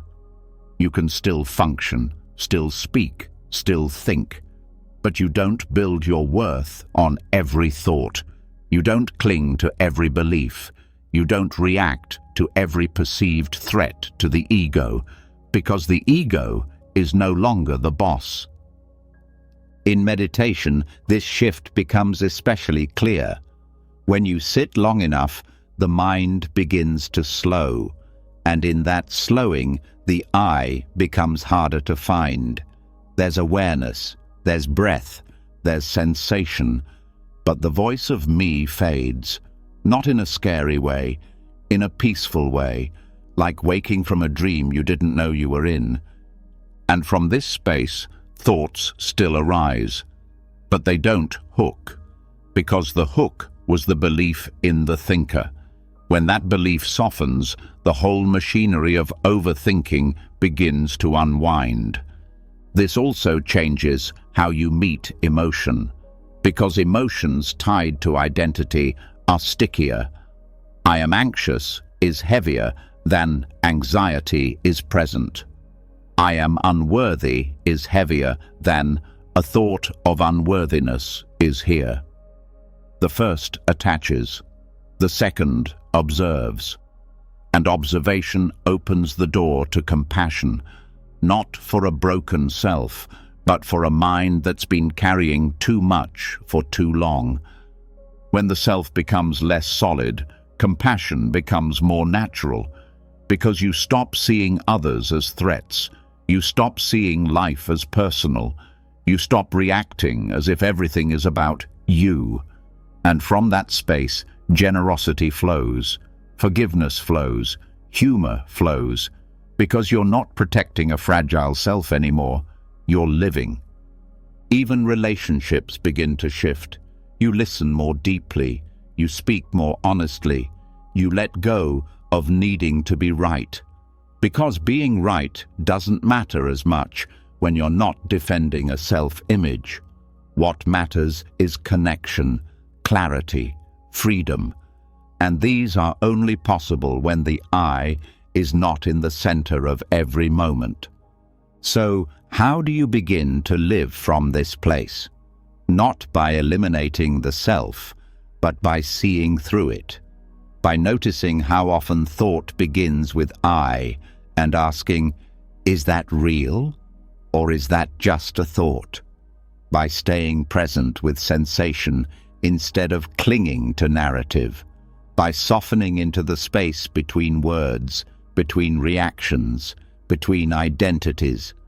And most of all, by trusting that you don't need to be someone in every moment. You can just be. You can move, breathe, respond, without a script, without a mask, without constantly reinforcing the illusion that you are what your mind says. This is not the loss of self. It is the return to true self, not the self of story, the self of silence, of presence, of awareness, that which was never broken, never lacking, never afraid. So tonight, as thoughts rise, notice who they're speaking for, who they're protecting, who they're describing, and ask gently, is this who I really am? Or is this just the voice of habit? Because when the voice of habit fades, the need to obsess fades too. When the I is no longer the center, the mind doesn't need to spin. There is nothing to protect, nothing to prove, nothing to become. Only this breath, only this moment, only this quiet truth beneath the noise. You were never the thinker. You were the awareness that saw it all. You've just taken a journey through the deepest layers of the mind, a journey not to add more noise, but to dissolve it. You've seen how overthinking isn't the enemy. It's a signal, a symptom, a habit born from fear, from identity, from craving. You've traced it back to its root and discovered that beneath every spiral there is space, there is stillness, there is a choice. You've learned how to let go of the second arrow of suffering, how to feel without grasping, how to stop believing every thought and start witnessing them instead. You've touched the silence between two thoughts. You've met the body before the mind tried to explain it. You've watched the craving for certainty loosen its grip, and you've come face to face with the self that tries to hold it all together, the I that feeds the loop, and felt it begin to soften. What you've practiced here isn't just awareness, it's freedom. And the best part, this peace was never somewhere else. It was never hidden in a book or buried in a mantra. It was here all along, underneath the noise, beneath the story, before the thought. Let this be your reminder. You don't need to think your way to peace. You only need to stop standing in its way. If this helped you, if something shifted, even in the smallest way, drop a comment below and write, "I'm done chasing thoughts. I choose stillness." That way, I'll know who truly made it to the end of this beautiful unraveling. And if you want more teachings like this to help calm your mind and free your heart, make sure to subscribe and tap the bell. Let's keep walking this path together. Until next time, breathe deeply, let go fully, and remember, you are not your thoughts. You are the peace that sees them.